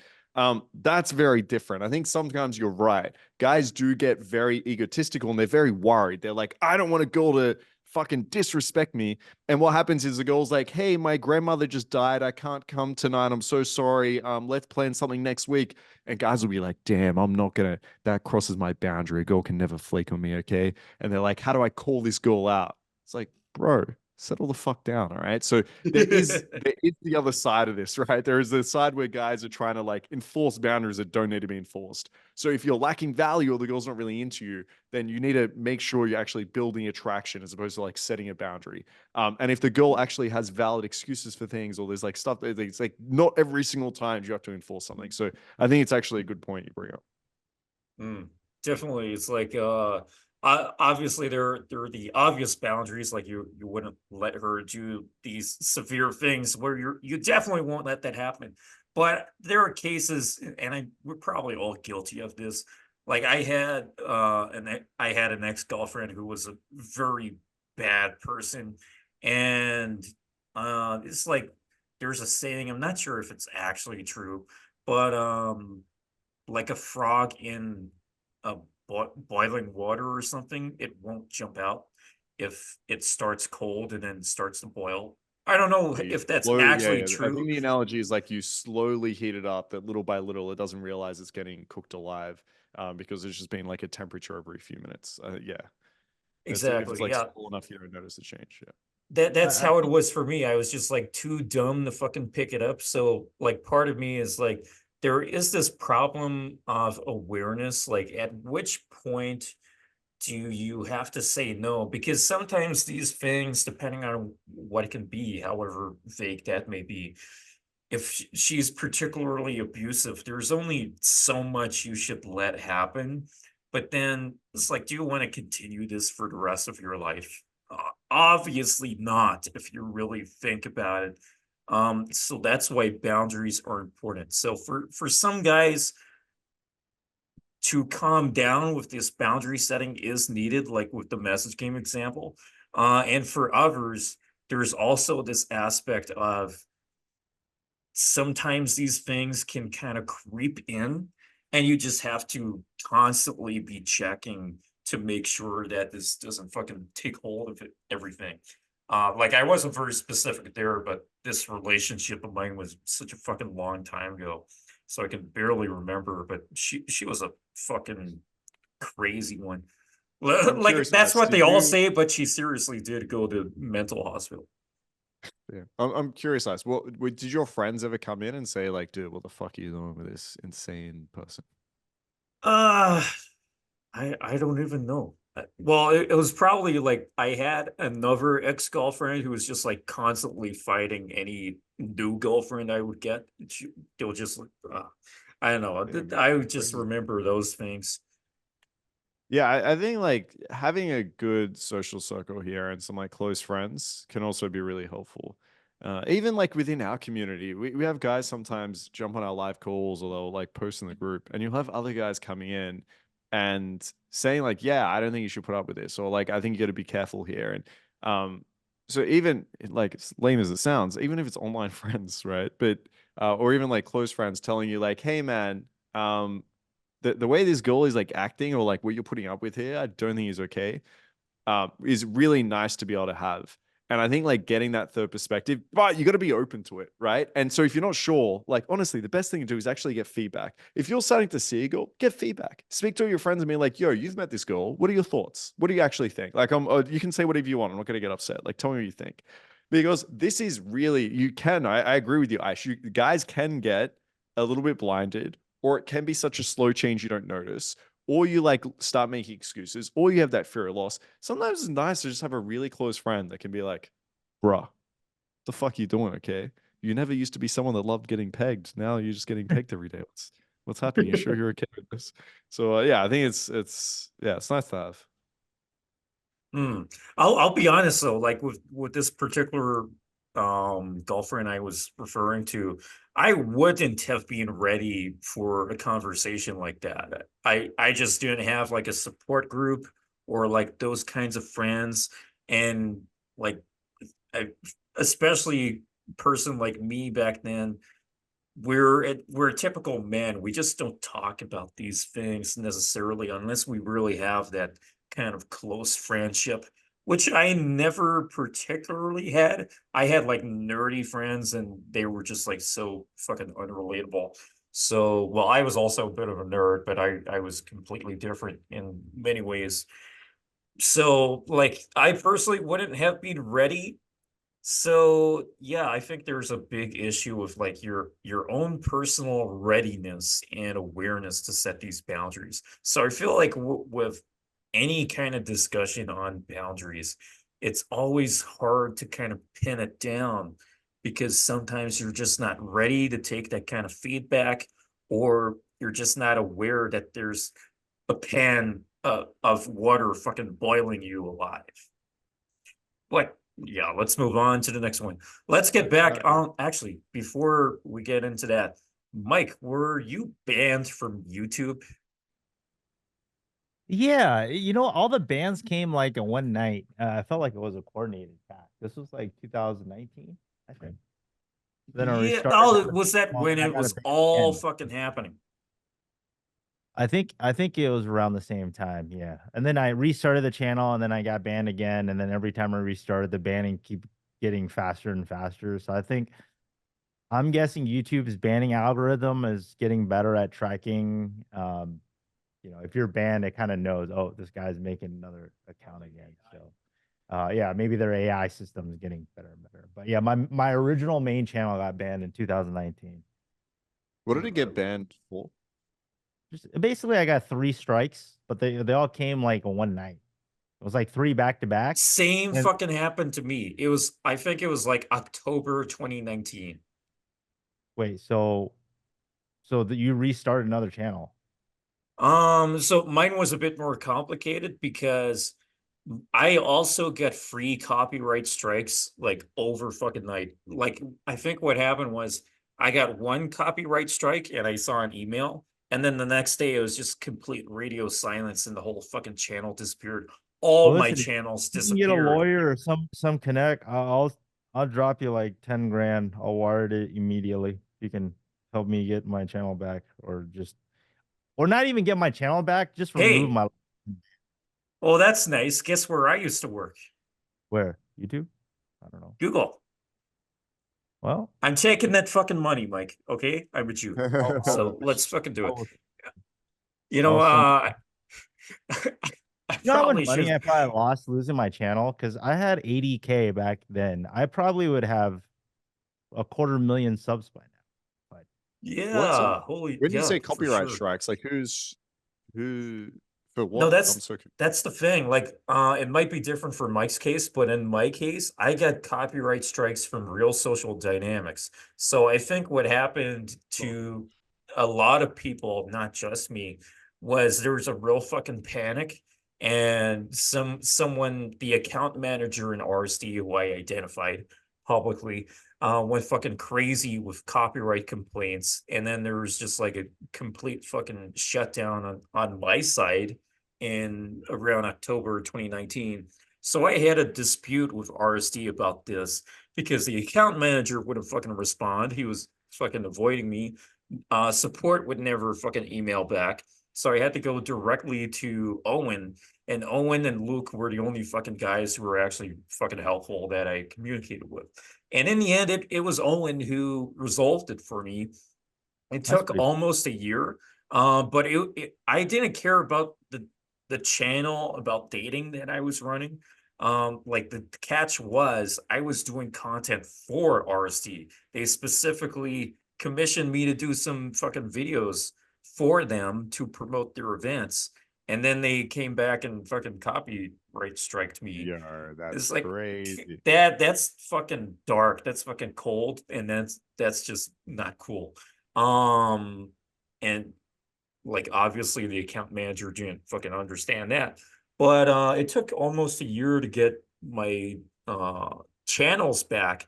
But the reason I wanted it back so strongly is because all my channels were taken down. And the one that was most important was actually the charity channel I run. 9 years ago, a good friend of mine died. He hung himself in the forest. And ever since, I've been running a charity with his mom, and it's a mental health charity.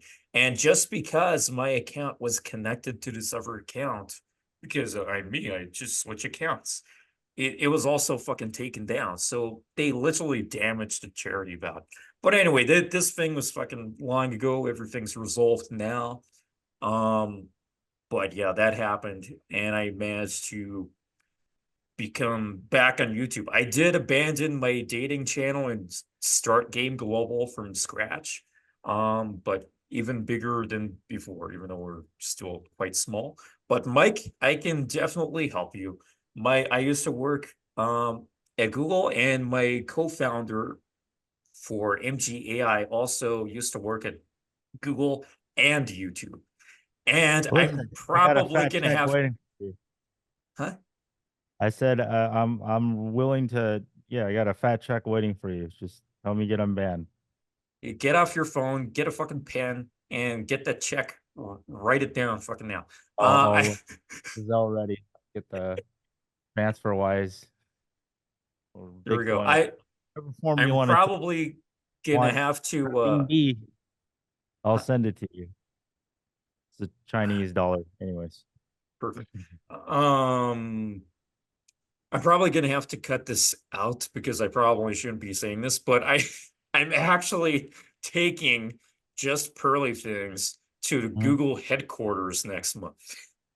It's a long fucking story, but it's actually fucking happening. I probably shouldn't be Yeah, she got posting this on YouTube demonetized, though. right? Yeah, exactly. But I came up with like a I don't care about legitimate plan. monetization. I just want my word to be on the internet. You know. So anyway, this part I can put on YouTube because there is a record of this. So John, the John Anthony lifestyle fucking guy, didn't probably know this because he doesn't fucking know anything anyway, very easily. Gets so much fucking shit wrong. I'm pretty sure he didn't even fucking know that I used to work for Google. So, some of his videos disappeared because I did that. I know how it fucking works. So that's just to inspire some confidence in me getting that money from you. All right, Anyway, great. let's fucking move on. Love to send it to you. So win-win. Let's fucking do it. What we're circling back now to Red Pill. What are your views on Red Pill? And I know we can go so fucking deep in this. We can go deep on this. But especially content wise, it's like these podcasts have become battle. It's like, hey guys, I'm doing a panel with some fucking prostitutes. This is gonna be hilarious. We're gonna slam dunk in these bitches, and it's gonna make for some fucking wild content. Of course, it's gonna fucking happen. Now, like obviously, not every OnlyFans model is a prostitute, but that's pretty close in some kind of ways. Some of them are, but it's this thing where it's like there's so much crap being said. It's so opinionated and it inspires so many comments. A lot of these comments become hate. I have posted clips of my videos of Just Pearly Things, and she's getting a shitload of hate. Like, oh my God, she doesn't know how to do her makeup. Did she do her makeup in the dark? She has no brain cells. Oh my God, she only just fucking worked that Smart, out. There's so much fucking millions smart. That's what the average commenter doesn't understand. Exactly. There's so much criticism going on. That's only Just Pearly Things, and she's a creator, not an OnlyFans creator.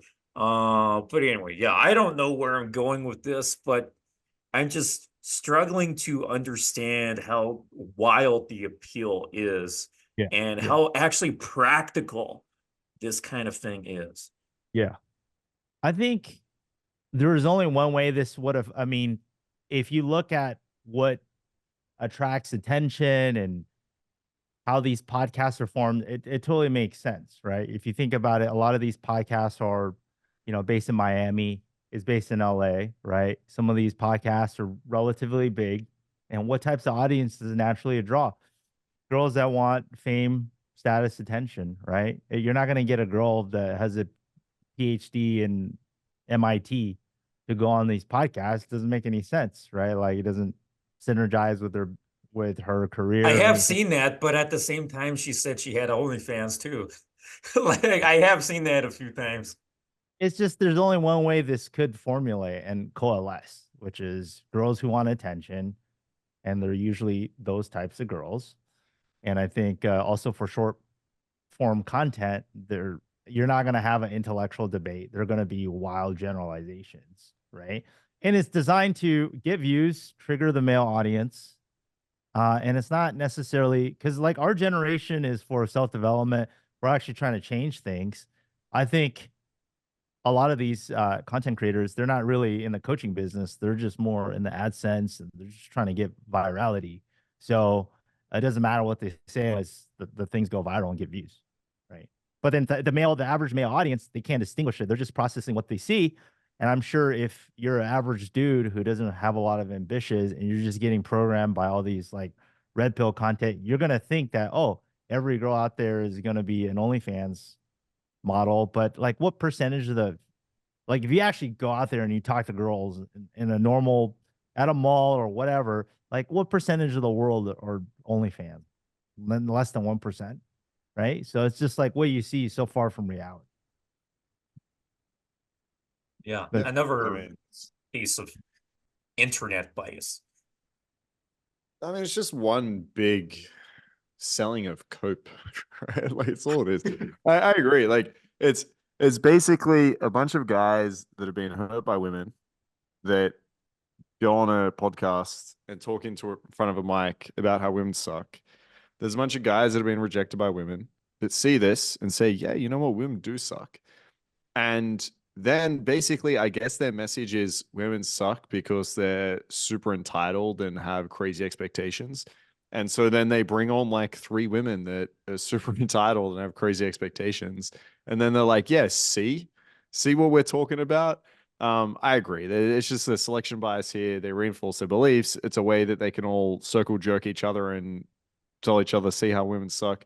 Like there's never been I must admit, I haven't watched a lot of like hours of content on Red Pill, but it feels like there's never actually any good advice, right? The only ever advice I hear from these guys are like make some money and women suck. there's never any this is how you have amazing relationships. There's never any this is how you grow, develop, and learn. It's not like this is how you display yourself and build attraction with women. It's never like there's never any actually practical advice. And the thing is, people don't want to hear it. Like we know this. Like if you're gonna do a video on YouTube that is about some drama in the community, or you do a video about how women suck, or you like put a girl up, as Mike said, on a short clip about how, you know, she's fucking stupid and dumb and she's like super entitled, that is going to get 10x the views about a video that is like, look, this is actually how you go out and show a set of behaviors that'll build attraction with women, right? It's just guys prefer to either cope or be entertained than they do to learn.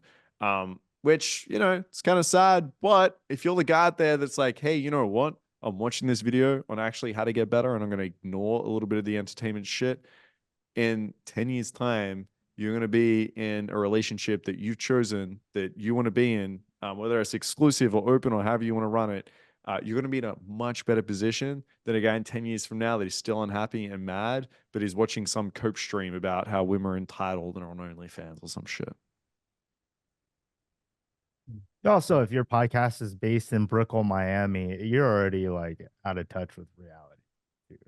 You know, I think dating is very, you know, it's race specific, it's geography specific, it's socioeconomic specific, it's education specific. There's no one size fits all, right? So yeah, if you're on a podcast, you're a black multimillionaire living in the richest areas of Miami. And that's just, and you're driving a Lambo. It's not representative to like Boise, Idaho, some Mormon girl who goes to church. That's not, you know what I mean? It's just not applicable. Or some Asian girl that's studying microbiology in like University of Washington. Like it's not. It's just like it's so not representative. So I think people need to realize that like, what's your end goal in dating? Like whatever you want, it's out there. Right? If you want a wholesome traditional girl, it's out there. If you want a girl that's a bookworm, kind of nerdy, it's out there. You just gotta go to different environments. I think people need to realize that there's a different strategy to chasing different types to acquiring different types of girls. And in my opinion, you should follow advice of people that are in that space, right? Maybe if you want to date nerdy girls, you hire a dating coach that like is kind of a nerd, you know? And not some dudes in Miami. Do you know what's crazy though? Like I spent it's probably like 2 months, not last year, the year before, coaching in Miami. So we did a lot of day game in Brickell. And there's like a lot of just normal women, right? Like even there, to be honest, I like you don't even when I was there, I didn't get the perception of what these guys like spitting out. They're like every girl's this like gold digging, plastic surgery, blah blah blah. Like even in Miami Brickell, a lot of women I met there were just like normal, chill girls. Like it's just to me, it's crazy. Like I agree. If the type of girl you want to find, you should be looking for, and if there's a coach that can specifically help you with that, that's amazing. But yeah, for me, it's like the persona that they've like created here and the perception they've created, like every girl is some Dubai traveling sugar baby or something, even in Brickell. That's like not the majority. So it's like no matter where you are, you just need to learn the skills, right? You just need to learn the skills and you can find cool women, right? It's not like every girl is like that. So yeah.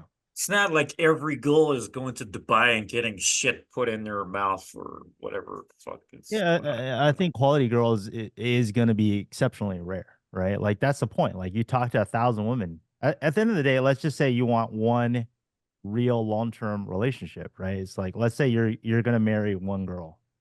You should talk to thousands of women. Like why wouldn't you, right? Like that girl is going to impact your mental health, your career, your finances, your well-being, everything. Like why wouldn't you?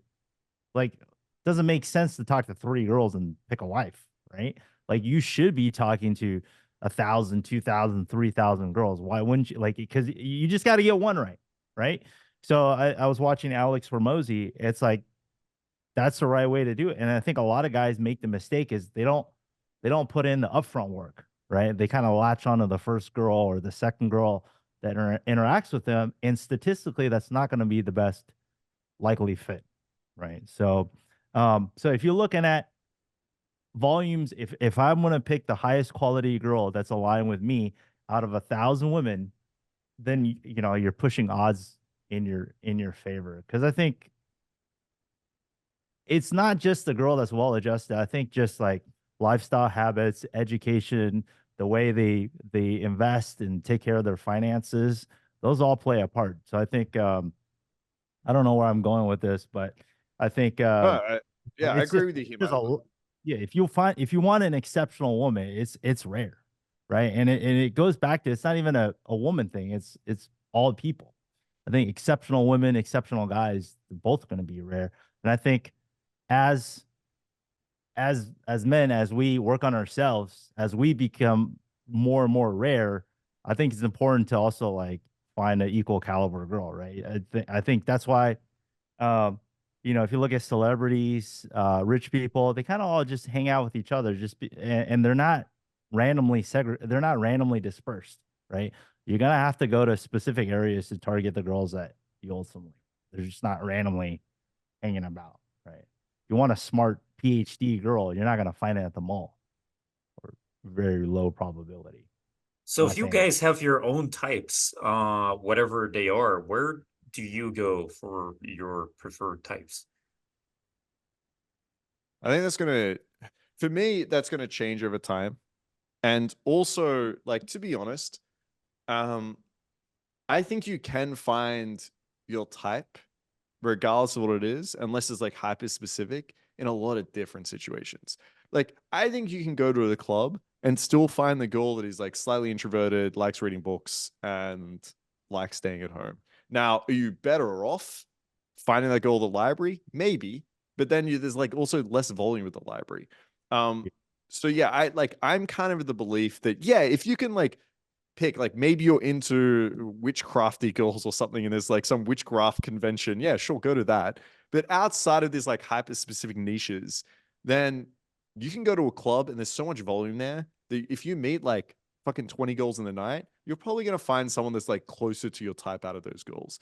And if you're at the grocery store and you find some girls like super cute, go approach her. She might be your type, like personality wise. So I'm the opinion, like most of the places you go that are high volume, you're probably going to find girls that are your type. So that's probably what I'd lean towards. I also agree with what Mike was saying. Like there is like an optimal stoppage rule or principle where if you want to find the perfect girl and you're just looking at this like mathematically, then it's probably not going to be the first ever girl you meet, and you got nothing to compare it to, so you don't even know. So you're better off meeting a bunch of people. I think the theory is like a third of the total amount of people that you can possibly meet, and then after that, you actually know what to compare it to. You know what you like, and then say the next person that meets that standard is someone that I can decide whether I'm going to be with or not. If this is like the second girl you've ever met and she's like, I like you, then chances are she's probably not the best possible girl you can probably end up with in the long term. So yeah, I agree. Get a bunch of experience, decide after that, figure out what your actual type is, because you probably have no idea what it is just yet if you're early into dating. And then, yeah, you can kind of niche out and find some areas, but otherwise, honestly, high volume areas, approach a bunch of women, you're going to find someone that's your type. Yeah, in Yeah. Vegas, what's cool is there's a lot of conferences and conventions. There's like doctor conferences, nurse conferences, you know, there's CES, there's tech conferences. You get a lot of female engineers. So you do get a lot of smart girls that come to Vegas. The only problem is, you know, after the weekend, they're all gone. So now you're just with Vegas locals, which I wouldn't say are the best. Fucking That's boring that's a Vegas hard locals. thing to do, man. Like I find in Vegas when I was there for like 3 months a few times. Dude, uh, every single girl is fly in, fly out, right? Like yeah. how do you possibly have That's longer why I term just work. rotation? That's why I close dudes and not girls. 'Cause I'm Yeah, on the fair. Fair. let's go. Very cool. Yeah. So Also, it's I don't like see a lot of dating coaches. Like, I think we're good at what we practice, right? So obviously, I teach cold approach, so we're really good on the front end. I wouldn't even say my relationship game is probably the best, but like, um, I, I think some of us dating coaches are doomed to be single forever. Yeah. Yeah, it is tough in Vegas. Like it's Because yeah, I find this with students too. There's like some students that are like really good, as you call like the front end, like the cold approach part. Mhm. But yeah, it's a totally different game when it comes to like retention and relationships. Like a whole new thing you have to learn over. And yeah, when I was in Vegas, man, I just found it so tough. Because I do like the retention aspect of things, right? Like, don't get me wrong, I love pulling a girl and fucking, but it's like I like to be able to like see her again and have that. And yeah, in Vegas, it was just like you fucked the girl and she's like, all right, I need to get back to my friends. I was like, wow, I feel so used. You just fucked me and you want to leave. This is wow, this is fucked up. But yeah, it felt very much like that there. Yeah, it'd be a tough place to live. But I guess yeah, if you're focusing on work and doing your thing, it's all Yeah. good. Mm. And what's interesting is when I run a lot of these international programs, when I meet a lot of girls, they see me doing all these cool shit. I'm coordinating all these photo shoots, activities. So I have all these girls, but they're like in Brazil and fucking Colombia and Thailand, and I'll see them once every year or two, and they're not even long distance relationships. They're kind of just, I don't know, Hey, vacation and you girlfriends. should do like a girlfriend immersion. You should have like 1 week dedicated per year. Come here from Eyeballing. Thailand, come in. Fuck the visa requirements. You guys do the nomad capitalist thing, like ultimately getting multiple passports. I think that could be a play, right? And just invite Yeah, girls. do the what, sorry? Well, So I'm from an international family, so like between us, we got like lots of fucking passports. yeah, there's It's some weird places though. you could buy a passport for like 170K, like that St. Kitts, whatever. Yeah, you could just straight up Oh, okay. buy investment and maybe Yeah, fly It, girls. there's a few it's places like always that. those Like corrupt countries that will just take money yeah, and just like give you Cyprus. rights. A few places in Europe. I know like Malta, they're pretty easy to get like a business set up there, and I think the journey to get a passport there isn't too difficult. I know Cyprus is one of the places I think where you can basically just buy one. I was lucky. I've got parents from Croatia, so I've got my Croatian passport, so that helps me out in Europe. But Nice, beautiful yeah, place. there are some places that you can just set up a business there, and they'll hand you over a passport. It's like depending on where you're from, of course. I found that my wife's passport is kind of like the opposite of mine. Like she can get into Russia without a visa, but I need a visa to go to Russia. And she needs a visa for the USA. I don't. I can just fucking waltz in there. And it's like literally just the opposite. It's like Cold War map kind of visa requirements, but she's on like the other side. She's on like the enemy side based on this Cold War projection. So all you need is two kind of opposite style passports. Yeah, But anyway, marry a shout Russian out girl. to for anyone who's in Miami. It's fascinating to know. It used to be the fact that only, well, not only, but lots of old people used to live there. Of course, Florida's filled with lots of fucking old people, but it wasn't until Miami Vice when Miami became fucking cool. So you can thank my favorite TV show for that one. That's why everything's so good in Miami now. You know, the directors were saying it was so fucking run down on Miami South Beach when they Oh started yeah, fucking ghetto. filming. It wasn't, if it wasn't for the crew of Miami Vice fucking refurbishing the scenes of Miami South Beach and a bunch of other places, that place would be a fucking slum still, probably. Oh, well, I don't know, maybe, but it was just fucking, anyway, Miami Vice, you gotta fucking watch it. All right, anything else about Red Pill? No, no, in particular. What about your Are, trip? huh? Let's talk about your Japan trip. Anything worthwhile? Say that again. Is there anything interesting in your Japan trip? Oh shit. Well, there's. Oh yeah, actually, I was gonna say this. You guys were talking about like you can find different types in various places. Well, I realized kind of instantly. Well, not instantly, but only once I got to these different parts of Tokyo. there's like a different kind of type of woman sometimes, depending on where you go. So I found out Shibuya, they're kind of like the ones that really hang around there have fake tan. I was like, well, that's kind of fucking weird and unexpected. And the ones in Harajuku, they're all kawaii or goths or emo or stuff like that. And then in Shinjuku, it's kind of similar to Harajuku, but not as cute and more kind of sketchy in a way. So I did see, even though I was completely new to Tokyo, it was pretty obvious finding how the crowds were kind of different. Yeah. So that was very interesting. But I did go to Mount Fuji, bunch of other places. My daughter was she just turned 4 when she was on the trip. But a few days before, when she was still 3 years old, we went to a fishing restaurant called Zawo, where you literally catch a fish in the restaurant with your own rod, your own Nice. fishing line, and you catch it, put it in a net, and you tell the chef how you want it prepared. So my daughter fucking caught her own fish for the first time. I caught the most expensive fucking one. Not by choice. I was just, oh, whatever, I'll just fucking catch fish. And then next thing I know, her fish comes up. She's like, oh my God, it's dead, it's dead. And then it's served on a fucking plate like 10 minutes later, and she's smiling in a photo. This is hardcore evidence that we're not supposed to be vegans. So that's the photo I'm gonna show her if she ever turns like 15 and says, I'm a vegan now. I said, no, you're fucking not. Look at this. When you were 3 years old, you killed a fucking fish. And I have photos of it. Lots of fucking fun though. Crazy. Yeah, I want to go It's back because the currency is so favorable right now. You know, yeah, everything was like super fucking inexpensive. It was crazy. Like I couldn't believe that I could travel to like another fucking city. Well, granted, like Yokohama or something, Yeah.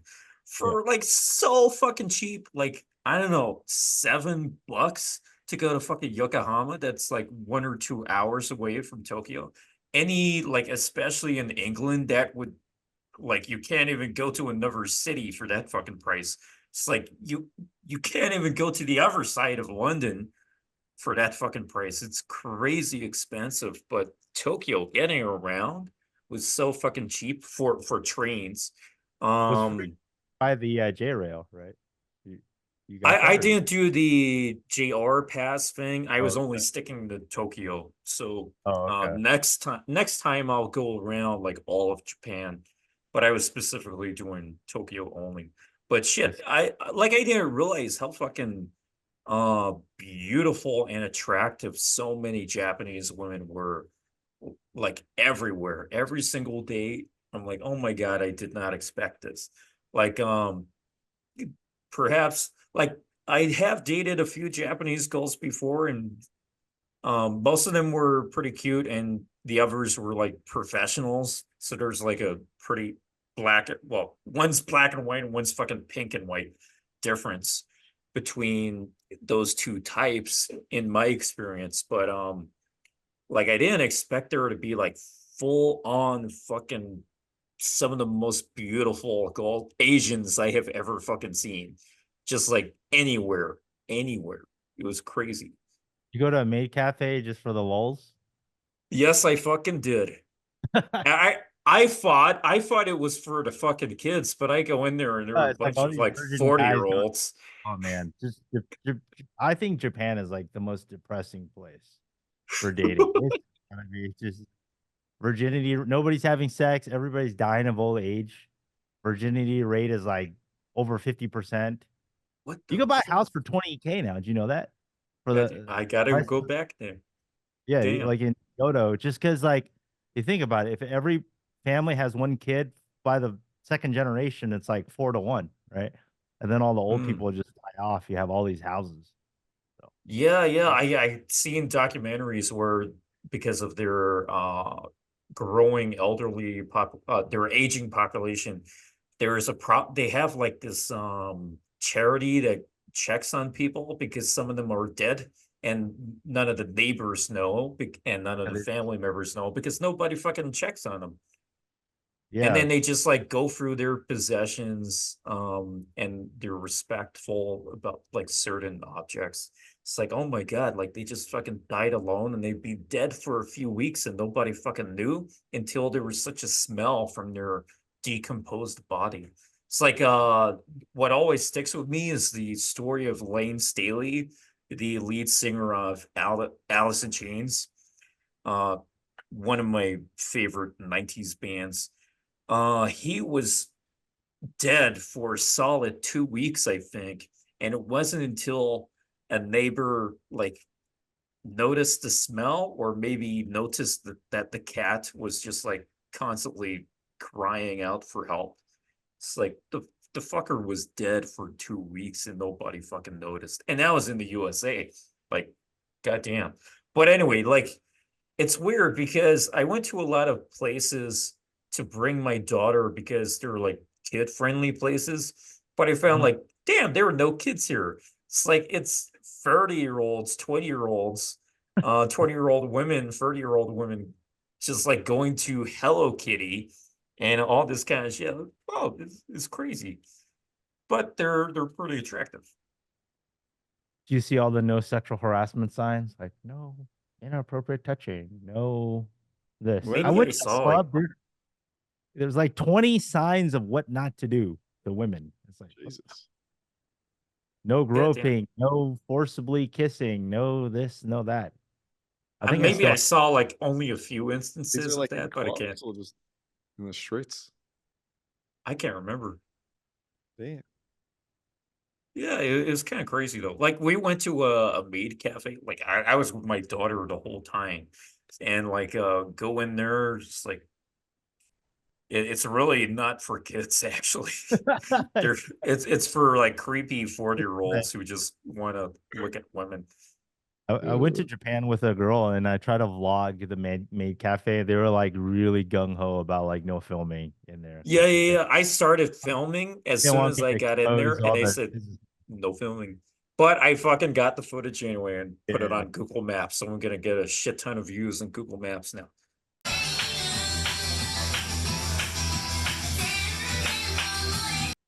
I already got 22.5 million on Google Maps. Fuck yeah. That's pretty Damn. cool. I Oh, didn't even do that. Maybe I could like post infields on Google Maps. Like, hey, Yeah, exactly. Yeah, YouTube will let you your new that's the platform. new YouTube. Yeah. Oh, oh damn. That's Holy fun. shit. That's giving me an idea. You know my obsession with maps on the hence the name Game Global. We got the map of game cities, the map of game houses, the map of boot camps, and all that. We could do a map of infields. Like here's an infield from this part of Miami. That's a fucking idea, actually.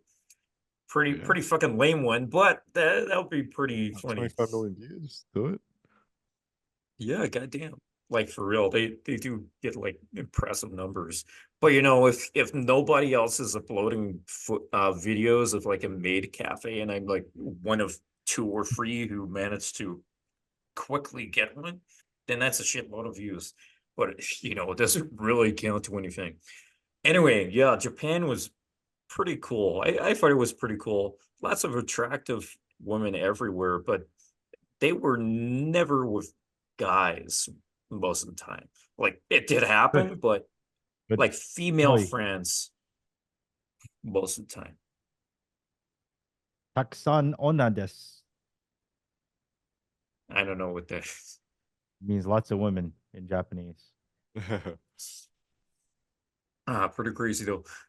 Next question. What would you do differently if you started again? Was there a mistake you made for a long time or something you did wrong for a long time? A plateau you hit that you couldn't quite break through? Get some fucking coaching. I mean, I did try to be fair when I started, like looking for mentors or coaching. I just couldn't find anything. Um, but yeah, I mean, I would save so much fucking time if I had me going back and teaching me, right? Like I'd save years of my life. And a lot of frustration. I mean, I'm glad I kind of went through it now because it does help with coaching. Like it does help knowing that, okay, I went through a lot of these fucking sticking points the long way. Okay. Like I understand them quite deeply. But yeah, that's like if I could go back and change one thing, Jesus, I'd say so much. I'd just get some coaching of someone that knew what they were talking about.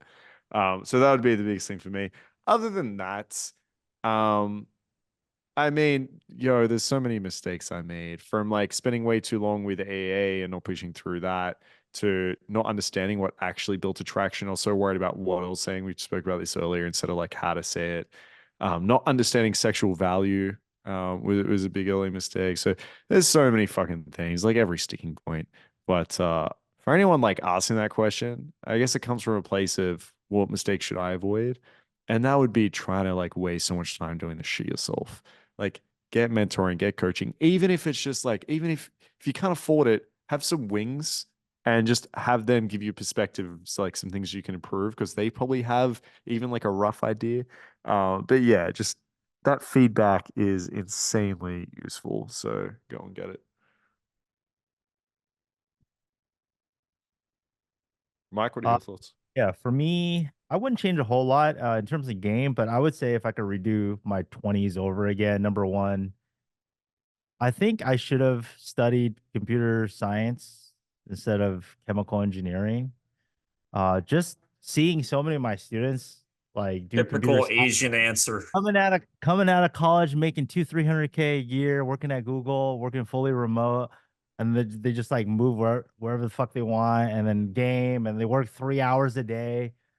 I think that would have made more sense. But for me, after I finished my school, I ended up working in Temecula. I don't know if you guys are familiar. It's in Southern California, kind of between LA, Riverside, and San Diego. It's like this middle of nowhere. It's like the desert. Small town, 100,000 people. It's basically all the people that work in San Diego but couldn't afford multi-million-dollar houses, so they live an hour north. It's just all like Latina moms and fucking desert, and there's like a mall. So dating scene was not very good. So yeah, every single weekend when I had to go out, I had to drive like 70 miles to San Diego, and pulling was kind of hard. I mean, imagine pulling a girl. I remember one time we pulled and she was like, "Are we there yet?" And I'm just like, "Oh, it's another 10 minutes." And then another 10 minutes. So like pulling it. Okay, so I How drove far from away San was Diego, it? 70 miles. So it's like 100 kilometers. So Damn. I So had it's like pulled her an up hour and a Holy half or something? fuck. an hour and 10 minutes to my house. And then the next day I had to like drive her down again and then back. So it's 210 miles for a pull. I'm just like, this, Damn, man. this is That's too tough. much.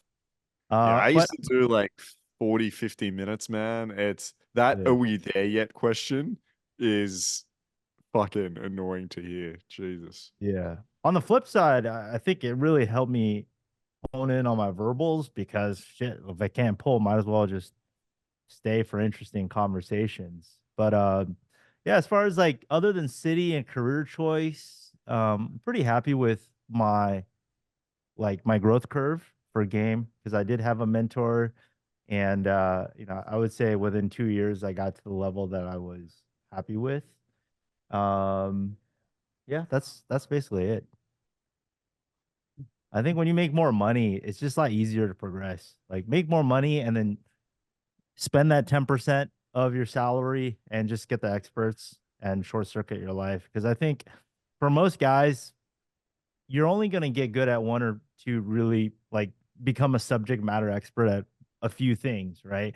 Just get good at your career, one thing that you're just exceptional at, make a fuck ton of money, and then outsource the learning for whatever else. And just have an expert come in and download their decades worth of knowledge. I think that's always the way to go, in my opinion. Yeah, For nice. sure. Alrighty. Should you kiss goals in the club, or is it better to focus on pulling? Yeah. I tell my students not to kiss. Um, Mm.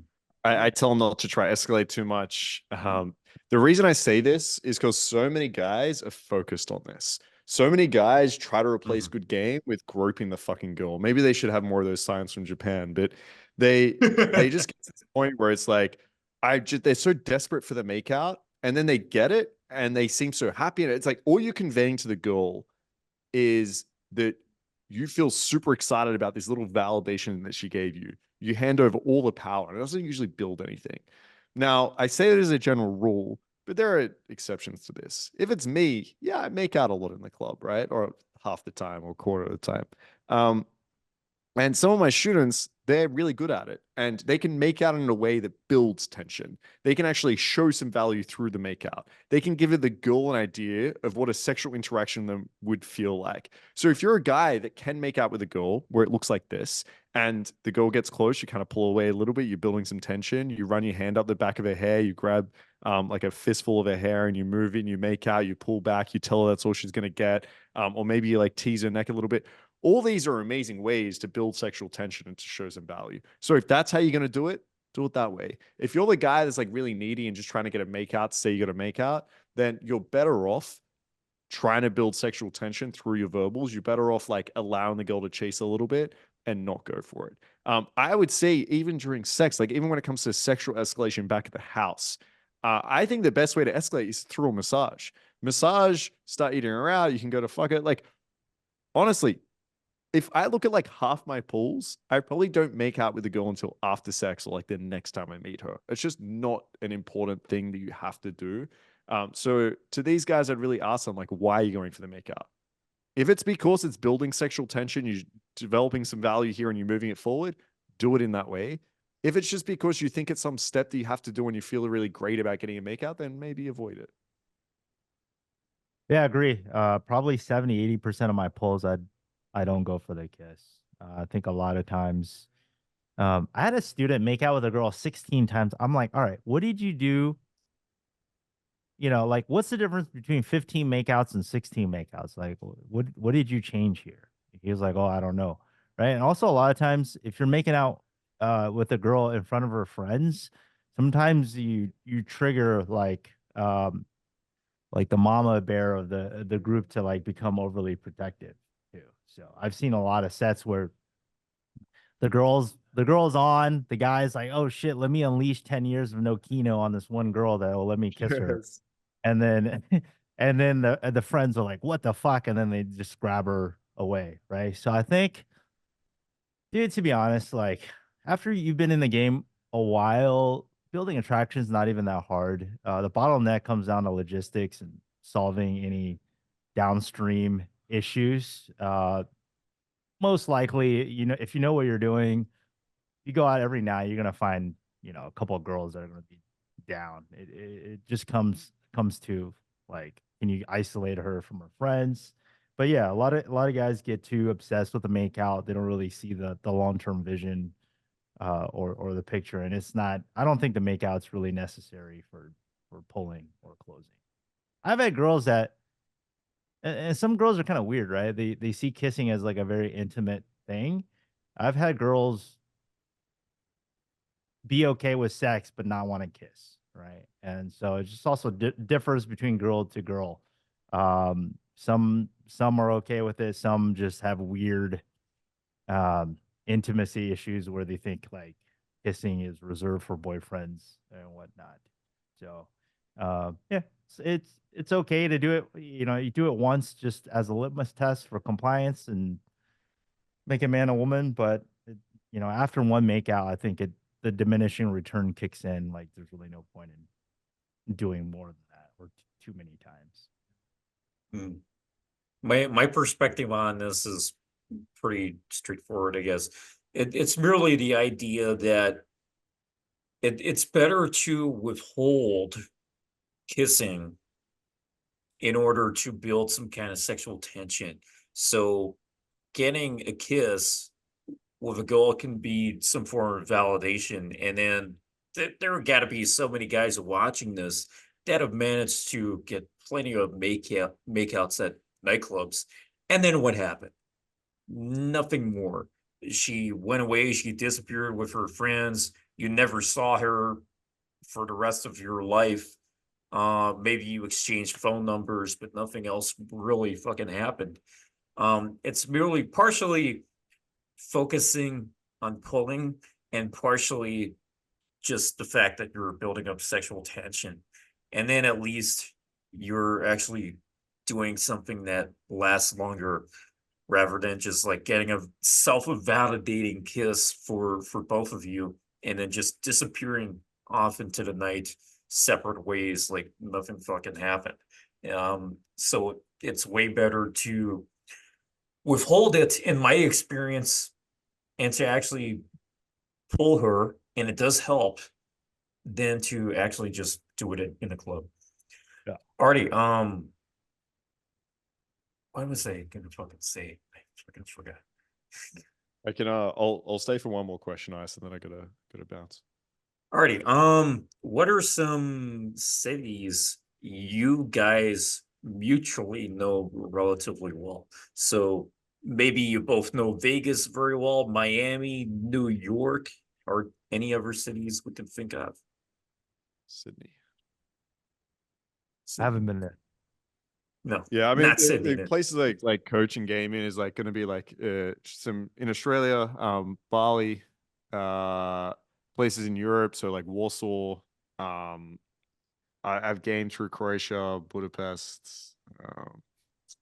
I'm sure there's some couple other places there, and then in America, I've done like the major cities. But yeah, All right, so where I'm getting at is out of the pool of knowledge we have right now, let's focus on our stronger knowledge base of Las Vegas, for example, or Miami and New York.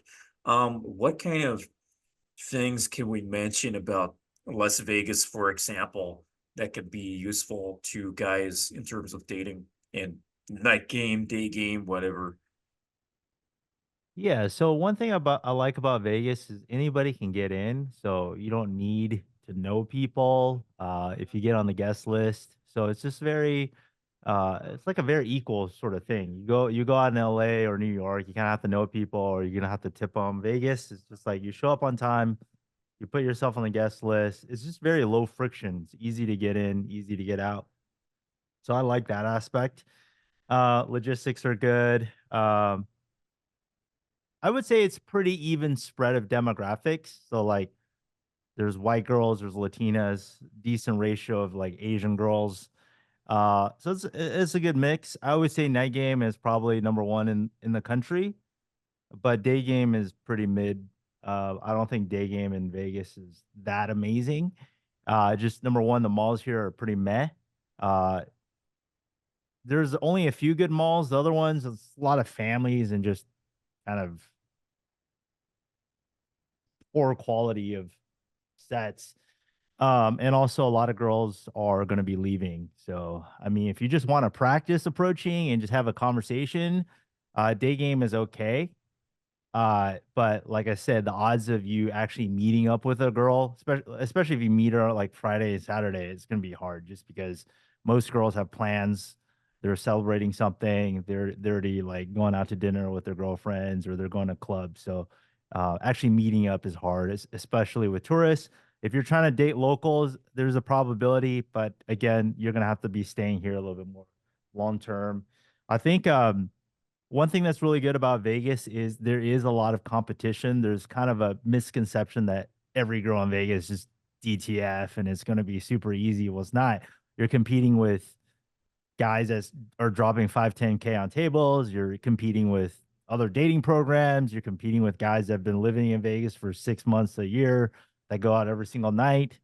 But competition isn't a bad thing. I think it propels you to sink or swim.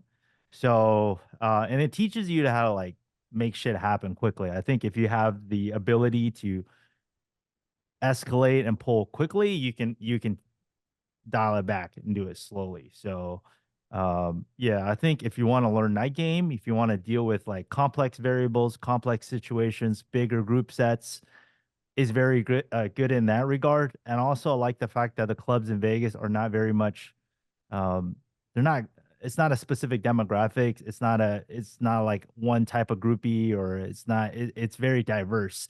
And I think there's a lot of mingling, right? There's like what you want is turbulence and like movement inside the club, right? Sometimes you go to other clubs, it's like everybody came with their groups of friends and they just stay at the same table. And it's like there's not a lot of dynamicness to the club, right? So in Vegas, there's just, sometimes you see a 2-set, 3-set, 4-set, you get, international groups and they're all just moving about. And I think it's a very good dynamic for goal approaching. I found it strange that the clubs were literally just like a small dance floor and then a shitload of fucking tables. I was like, what's the fucking point of the tables if everyone has a fucking table? Just like the opposite of what I'm used to. For The club, best place I found to game when I was in Vegas was like the fucking lobbies, right? yeah, they're cracking down on that. It's kind of Oh, are they? unfortunate. There's just too many pickup dudes. It's just the clubs, the casinos, they're catching up on it, and a lot of people are getting banned for. I mean, you don't even have to do anything wrong. They could just not like you and just be like, all right, get the Yeah. fuck. You're 86th. So, um, And isn't yeah, it like they have like these shared databases? So if you get banned from one, you're basically banned from like at least half of all the fucking places in the city. well, some of these casinos own half the other casinos. So yeah, if you like, MGM owns half the whole fucking strip. So yeah, if you're banned on one property, you're gonna be banned on all of them, right? So I would tell people that are watching this, just play it safe. Like, don't, unless you don't plan on coming to Vegas a lot, just wait till you get in the club to approach. If you're in the lobby, especially when it's late at night, if it's like 3, 4 in the morning, and you're the only dude, like I mean, the technology of their security cams are just, I mean, they could just track, they could put you on a watch list or a hit list, and they could track everything, right? It's just like from one camera to one camera, they know exactly what you're doing. So, if it's 4 in the morning, you're just the solo guy, just zigzagging between girls coming out of the club. They know you're cold approaching. So Yeah. it's unfortunate. 10 years ago, I mean, it was Hmm. kind of a much better place, but secret's kind of out. And what do you feel about like during the summer, the pool parties or like the day clubs? What are your thoughts on those? I don't really run programs in day clubs because it's technically still night game, right? Like my definition of night game is alcohol, music, and social environment. So I don't really think a pool party is day game. So I don't take guys out to pool parties. I just take them to malls because at the end of the day, I want them to like be able to transfer these skills back home, right? So I think doing day game at malls is more representative. But as far as what I think about day clubs, I think it's worse than nightclubs for polling. I think you're gonna have a more is it more fun? Maybe. I think some people inherently think day clubs are just more entertaining. I think if you got a 6-pack and you've been shredding all spring and like that's your thing, definitely go check it out. But I think people are just gonna be more down at nighttime to get pulled. So I think night game is gonna be more efficient in that regards. But also it's just like you meet a girl at a pool party, she's fucking smelling like chlorine. That pool is nasty as fuck. You don't know like how much dingleberry juice and nasty ball sweat is in that water. I Oh. pull from pool parties, like then you gotta like get them home and like make sure they shower. It's a mess. And a lot of times, they're leaving their cell phones. They never have their shit. It's like, oh, my friend has all my stuff. It's in a locker room. And then this is another layer of like problem solving. All right. Okay. One of your friends has your phone and wallet. Okay, let's go find them. Oh, she has the keys. And then you got to pull her 70 miles to fucking Well, I live in Vegas. Temecula. What the fuck? Uh, God damn. Alrighty. Anything you guys want to talk about? We're in like the last 20 minutes now. No, I'll probably have to head off now, but thanks for having me on, man. Appreciate it. sales call coming up in Works. a minute. Love you, boys. Catch up. Thanks. See you on your side. I Alrighty. think head out as well. Gotta get ready for this sales call. But yeah, this has been a lot of fun. Definitely invite me to future calls. Yeah, the last one's been excellent. Yeah, the Asian special was fucking amazing. Probably my favorite one I ever did, and I'm not Oh, even fucking Asian. So it was so fucking good. Like what you were saying, what JT was saying, what Ison and Daniel were just, oh my God, excellent fucking stuff, even though I'm not even Asian. So that was crazy. I think 5 of us, everybody except for what's his face, were pretty chill. I think it's just one guy was out there. What's his face? Wayne Deepak. Oh, Off on his own tangents. You know, that guy was fucking. oh, you're doing weekly boot camps? What's the deal with There's that? boot camps. Friday to Sunday type of boot camps. Taking this weekend off, but it's just easy to run. I don't have to deal with. Yeah, dude, I've done like 400 of these boot camps. I meet with these guys. We roll out. 400? What the fuck? Yeah, It's lot a of boot shitload. Yeah. I've been doing these since 2012. So it's been how you doing, man? I've been doing these since 2012, so it's 12 years, almost weekly boot camps. And then I'll do an international program maybe every 3 or 4 months. But my business partner's kind of taking a break, so we'll see how that goes. What kind of places do you go to when you do the international ones? Um, it's just does it make sense? Is there enough volume? We've done Thailand, Colombia, Brazil. Um, our first pilot one was Costa Rica. It worked out because the volume's kind of slow. It's more of a nature social media play, I think. What else? Um, we did one in Mexico. I didn't feel like Mexico was as much of a success because I think it probably didn't feel as exotic. I think for some of my clients, like Brazil and Colombia, it just seems a little bit more like, oh, that's a little bit Yeah, further, a little bit more cool. I think when people hear especially Mexico, when they stick a gun on your head. yeah, it's just like Mexico doesn't. I think that's probably why we didn't get as many students. Is Mexico feels too accessible, right? It's just like, oh, it's just Mexico. So, but our next couple ones, like I really want to do Thailand again because it's just got such good. It's just got a Bangkok good. specifically, or Koh Samui, Yeah. or fuck it, or Yeah, none of the whatever. islands are never good. I just I like big metropolitan cities with a lot of local native locals. Yeah, never liked any islands like Florianopolis. I didn't like Phuket. I didn't like. Uh, yeah, it's just there's too tourism. Any place where there's too much tourism, I don't like it from a dating perspective. Prices are higher. There's more scams. There's more prostitution. It's just a pain in the ass. But yeah, so Bangkok seems cool to do again. And then because of I've heard a lot of good things about Argentina. Also, the currency exchange is extremely favorable right now. So those are Hmm. those are two, and then maybe Eastern Europe. I haven't really been there a whole lot, so it's going to be relatively new for me. I Yeah. haven't really. I would say Much. with Bangkok, if you're doing that one again, you should do a challenge where you pretend to be a monk, one of those that has the vow of silence, and try to do an infield video where you say absolutely fucking nothing. Yeah, I'll see what I can do. What are your travel plans in the upcoming um year or so? 6 months to a year. Yep. For me, it's pretty weird because we being like stuck on a fucking island since 2022. It's been crazy. Like I forgot what my like real plans were before the pandemic. When the pandemic Mm. came, we got Yeah. stuck in England. Like there were no flights to wherever we wanted to go. And I needed to wait for my graduation too. And that got fucking put back and then put back and put back. So my graduation was delayed for 2 years.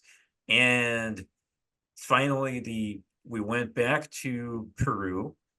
and my daughter had to be born in London actually. And then coming back to London, I finally had the graduation, gave it a few more months in case I wanted to do some work professionally or something, which I did. And then within those few months, my wife developed brain cancer, had brain surgery, and because of the nature of that, she couldn't fucking fly anywhere because of cabin pressure. So we effectively became stuck for a second time in England yet again. So that has been like a pain in the ass few years. I haven't had a problem traveling because I could just go solo somewhere. So I did go to Las Vegas and various other places last What's year. what's your dating like agreement with your wife? Is it like are you monogamous or you can do what you want or how what's the what's the agreement there or We're is monogamous. oh, okay. So this is more like your work that you don't really do a Well, yeah, lot of work. like my previous relationships, I just did whatever I want. And then I found someone who was like genuinely right for me. And that was the ultimate goal the entire Yeah. time. And it wasn't like to impress anyone. I did plenty of fucking impressive shit. But in the end, what people genuinely want most of the time is a Yeah. stable relationship with one woman. I'm happy. That's good. You get to focus on your work too. I've noticed guys once they get into a stable relationship, they channel all that energy of going out meeting girls to just productivity, you know. So it seems like Yeah, I can definitely attest for that. So that has definitely been the case. But as for travel plans, like in 3 or 4 weeks back Mhm. to Nova Scotia for a little bit, and my wife has never fucking been there. And then back to London for like 2 weeks, and then I have to ship everything I have in London to Lima because we're going to be there for a while just so she can see her family again and in case anything happens. And then anything after that, it's just like completely invisible, unpredictable. It's just like I can't see too far into the future because of the complex nature of our situation. But essentially, the plan currently is to settle once again in Lima and spend time between Lima and Nova Scotia. And then at least I could just like quickly drop into Las Vegas, New York, and various other places when necessary. Cool. Awesome. I gotta hop on to a sales call, but thanks again for having me. We'll keep in touch. Alrighty, Man, have a perfect. good one. Take it easy. Enjoy Thanks. your See you weekend. on the other side. All right, guys, let me know in the comments your questions you want to ask the next panel. I always look at the fucking comments and take notes of anything that hasn't been asked before. Put it in my list of questions to ask for future panels, and then we get some fucking crazy answers. So some real beautiful stuff. But for one of the next panels, I want to do an African special. Got lots of demand from this because of the last episode we did where we had the Asian special. It will be perfect to have an African special too. I'll be the only white guy there once again. Um, so that's gonna be fun, and I would love to put together an MPUA special too. Talked about that before, but basically there'll be guys like Ross Jeffries, Owen Cook, Eric Van Markovic, Mystery, Shawn Michael, Baxter, lots of top-notch guys who are declared official master PUAs. Hell, let's have fucking Neil Strauss too if we can get such a guy. And that would be fucking crazy. Like the reason I started doing the dating coach panel is because I suddenly had a bunch of coaches wanted me to interview them, and I didn't have time to interview each person individually, and I didn't know too much about each person or for some of those cases. So I decided to put everyone together in one fucking video, which is truly unique. And there aren't really many or any videos out there, especially on YouTube, where you can find lots of dating coaches in one video. A few months ago, we had 9 dating coaches in one fucking video, and that was fucking crazy.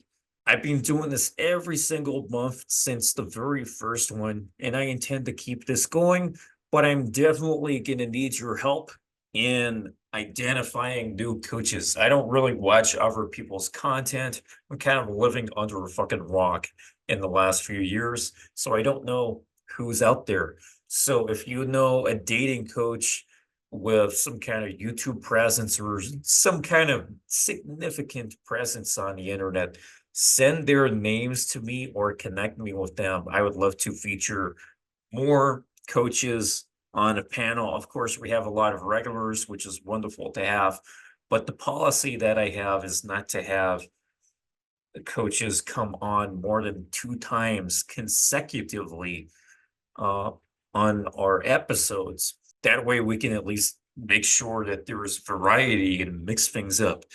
And it's always great to have mixed questions too. So for example, if Ross Jeffries and Michael Sertain were on another panel again, I think they were on 3 panels together, but for 2 of those, they were on at different times. And then for one of those, they were on at the same time.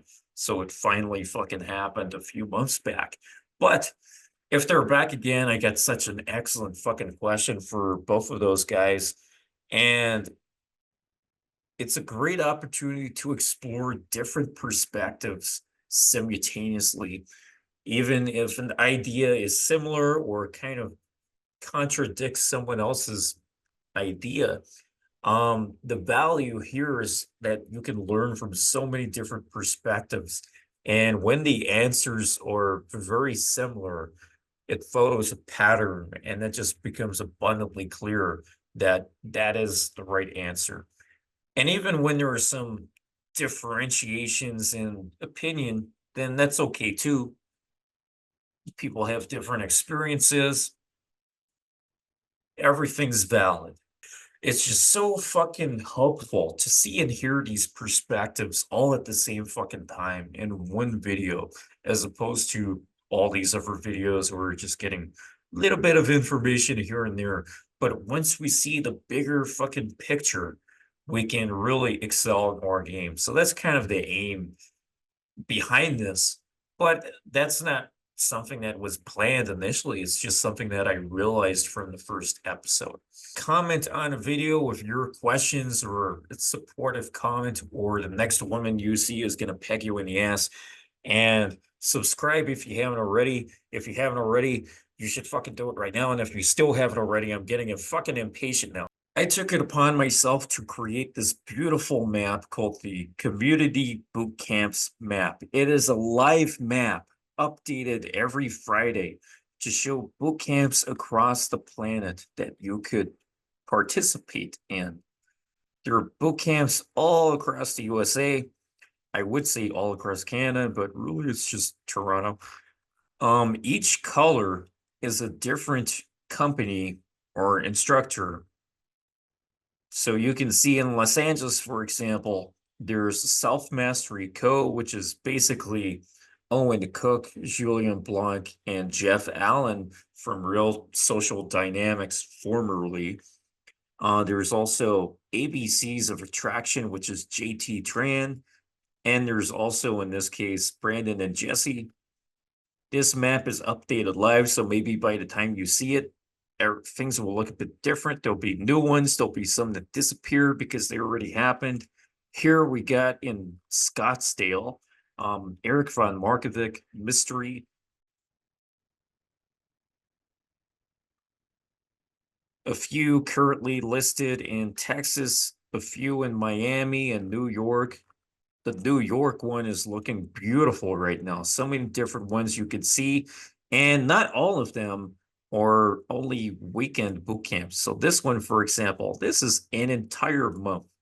These listings are put up extremely accurately. So this one is going to, although it's in the very distant future, it's going to happen for 4 entire weeks. Whereas others may be a few days long, but it gives you those options so you can really choose what works for you and what you value. Across Europe, there are quite a few going on, especially in England and Germany, even Sweden too. So plenty of nice options. Normally we tell Europeans about this, but these are pretty good options. If you're living in the USA, you can just fly over there. And yes, there's even Honolulu too. You could fly all the way to Barcelona, even if you're living outside of Spain, and just have fun. That would be a pretty good vacation. Even Croatia, you could go to places like Amsterdam, London, Hvar in Croatia, Barcelona, Berlin. There will even be some around Australia and Asia. In this case, there's Koh Samui in Thailand and Melbourne in Australia.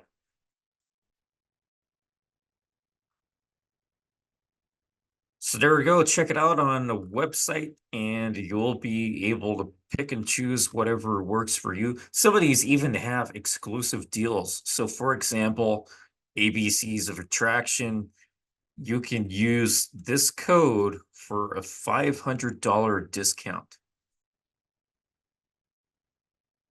That's crazy. That's some crazy value right there. So you can find that on our website. You could go all the way to community boot camps here, right at the end.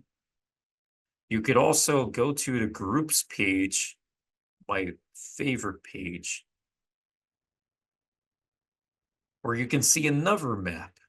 This is the Game Cities map, which shows every single group that we host across the planet. There are so many all across the world. Lots in Europe, especially in Germany.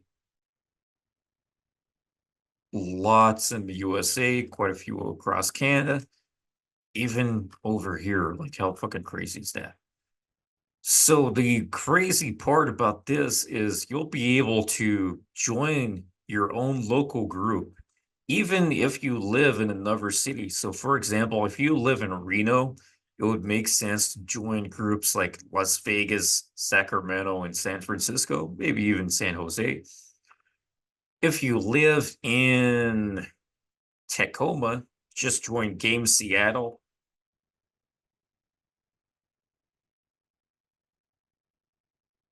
If you live in Maine, just join Game Portland, the Maine version, not the other Portland over here. You'll see all these groups across South America. There are even 2 in Peru, 2 in Colombia, and quite a few in Brazil. So even if you're going on vacation or moving city, you'll be able to count on the fact that there is a community in the same format as the one for the city you're currently living in. This puts you at such a huge advantage because the setup has already been made for you. Everything has been put in place. Hell, even if you're in Denmark, you could swim over to Sweden and join the Malmo group. How crazy is that? If that's not crazy enough, we also have game maps.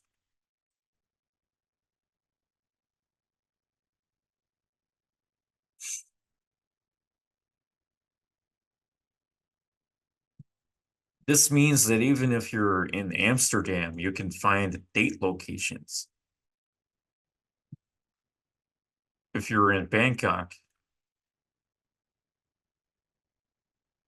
even in Belgrade, you can find lots of date locations, nightclubs, and everything. Boston.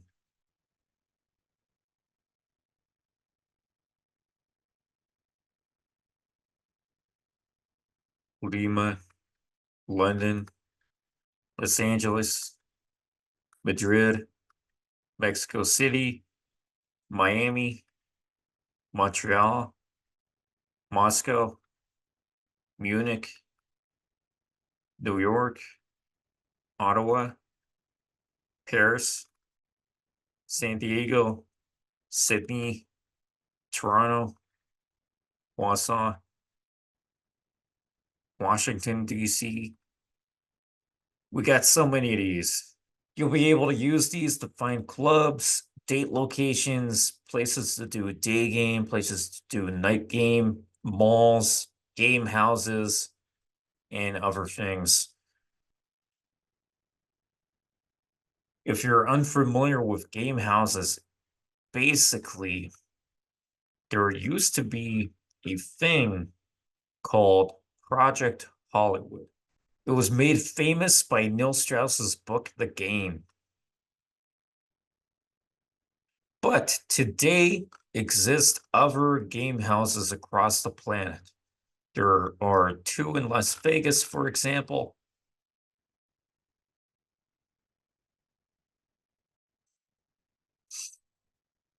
It also includes historical game houses too.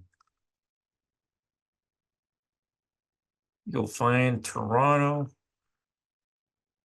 Ottawa, New York, even in fucking Ohio. Seriously, I forgot about that. That's crazy.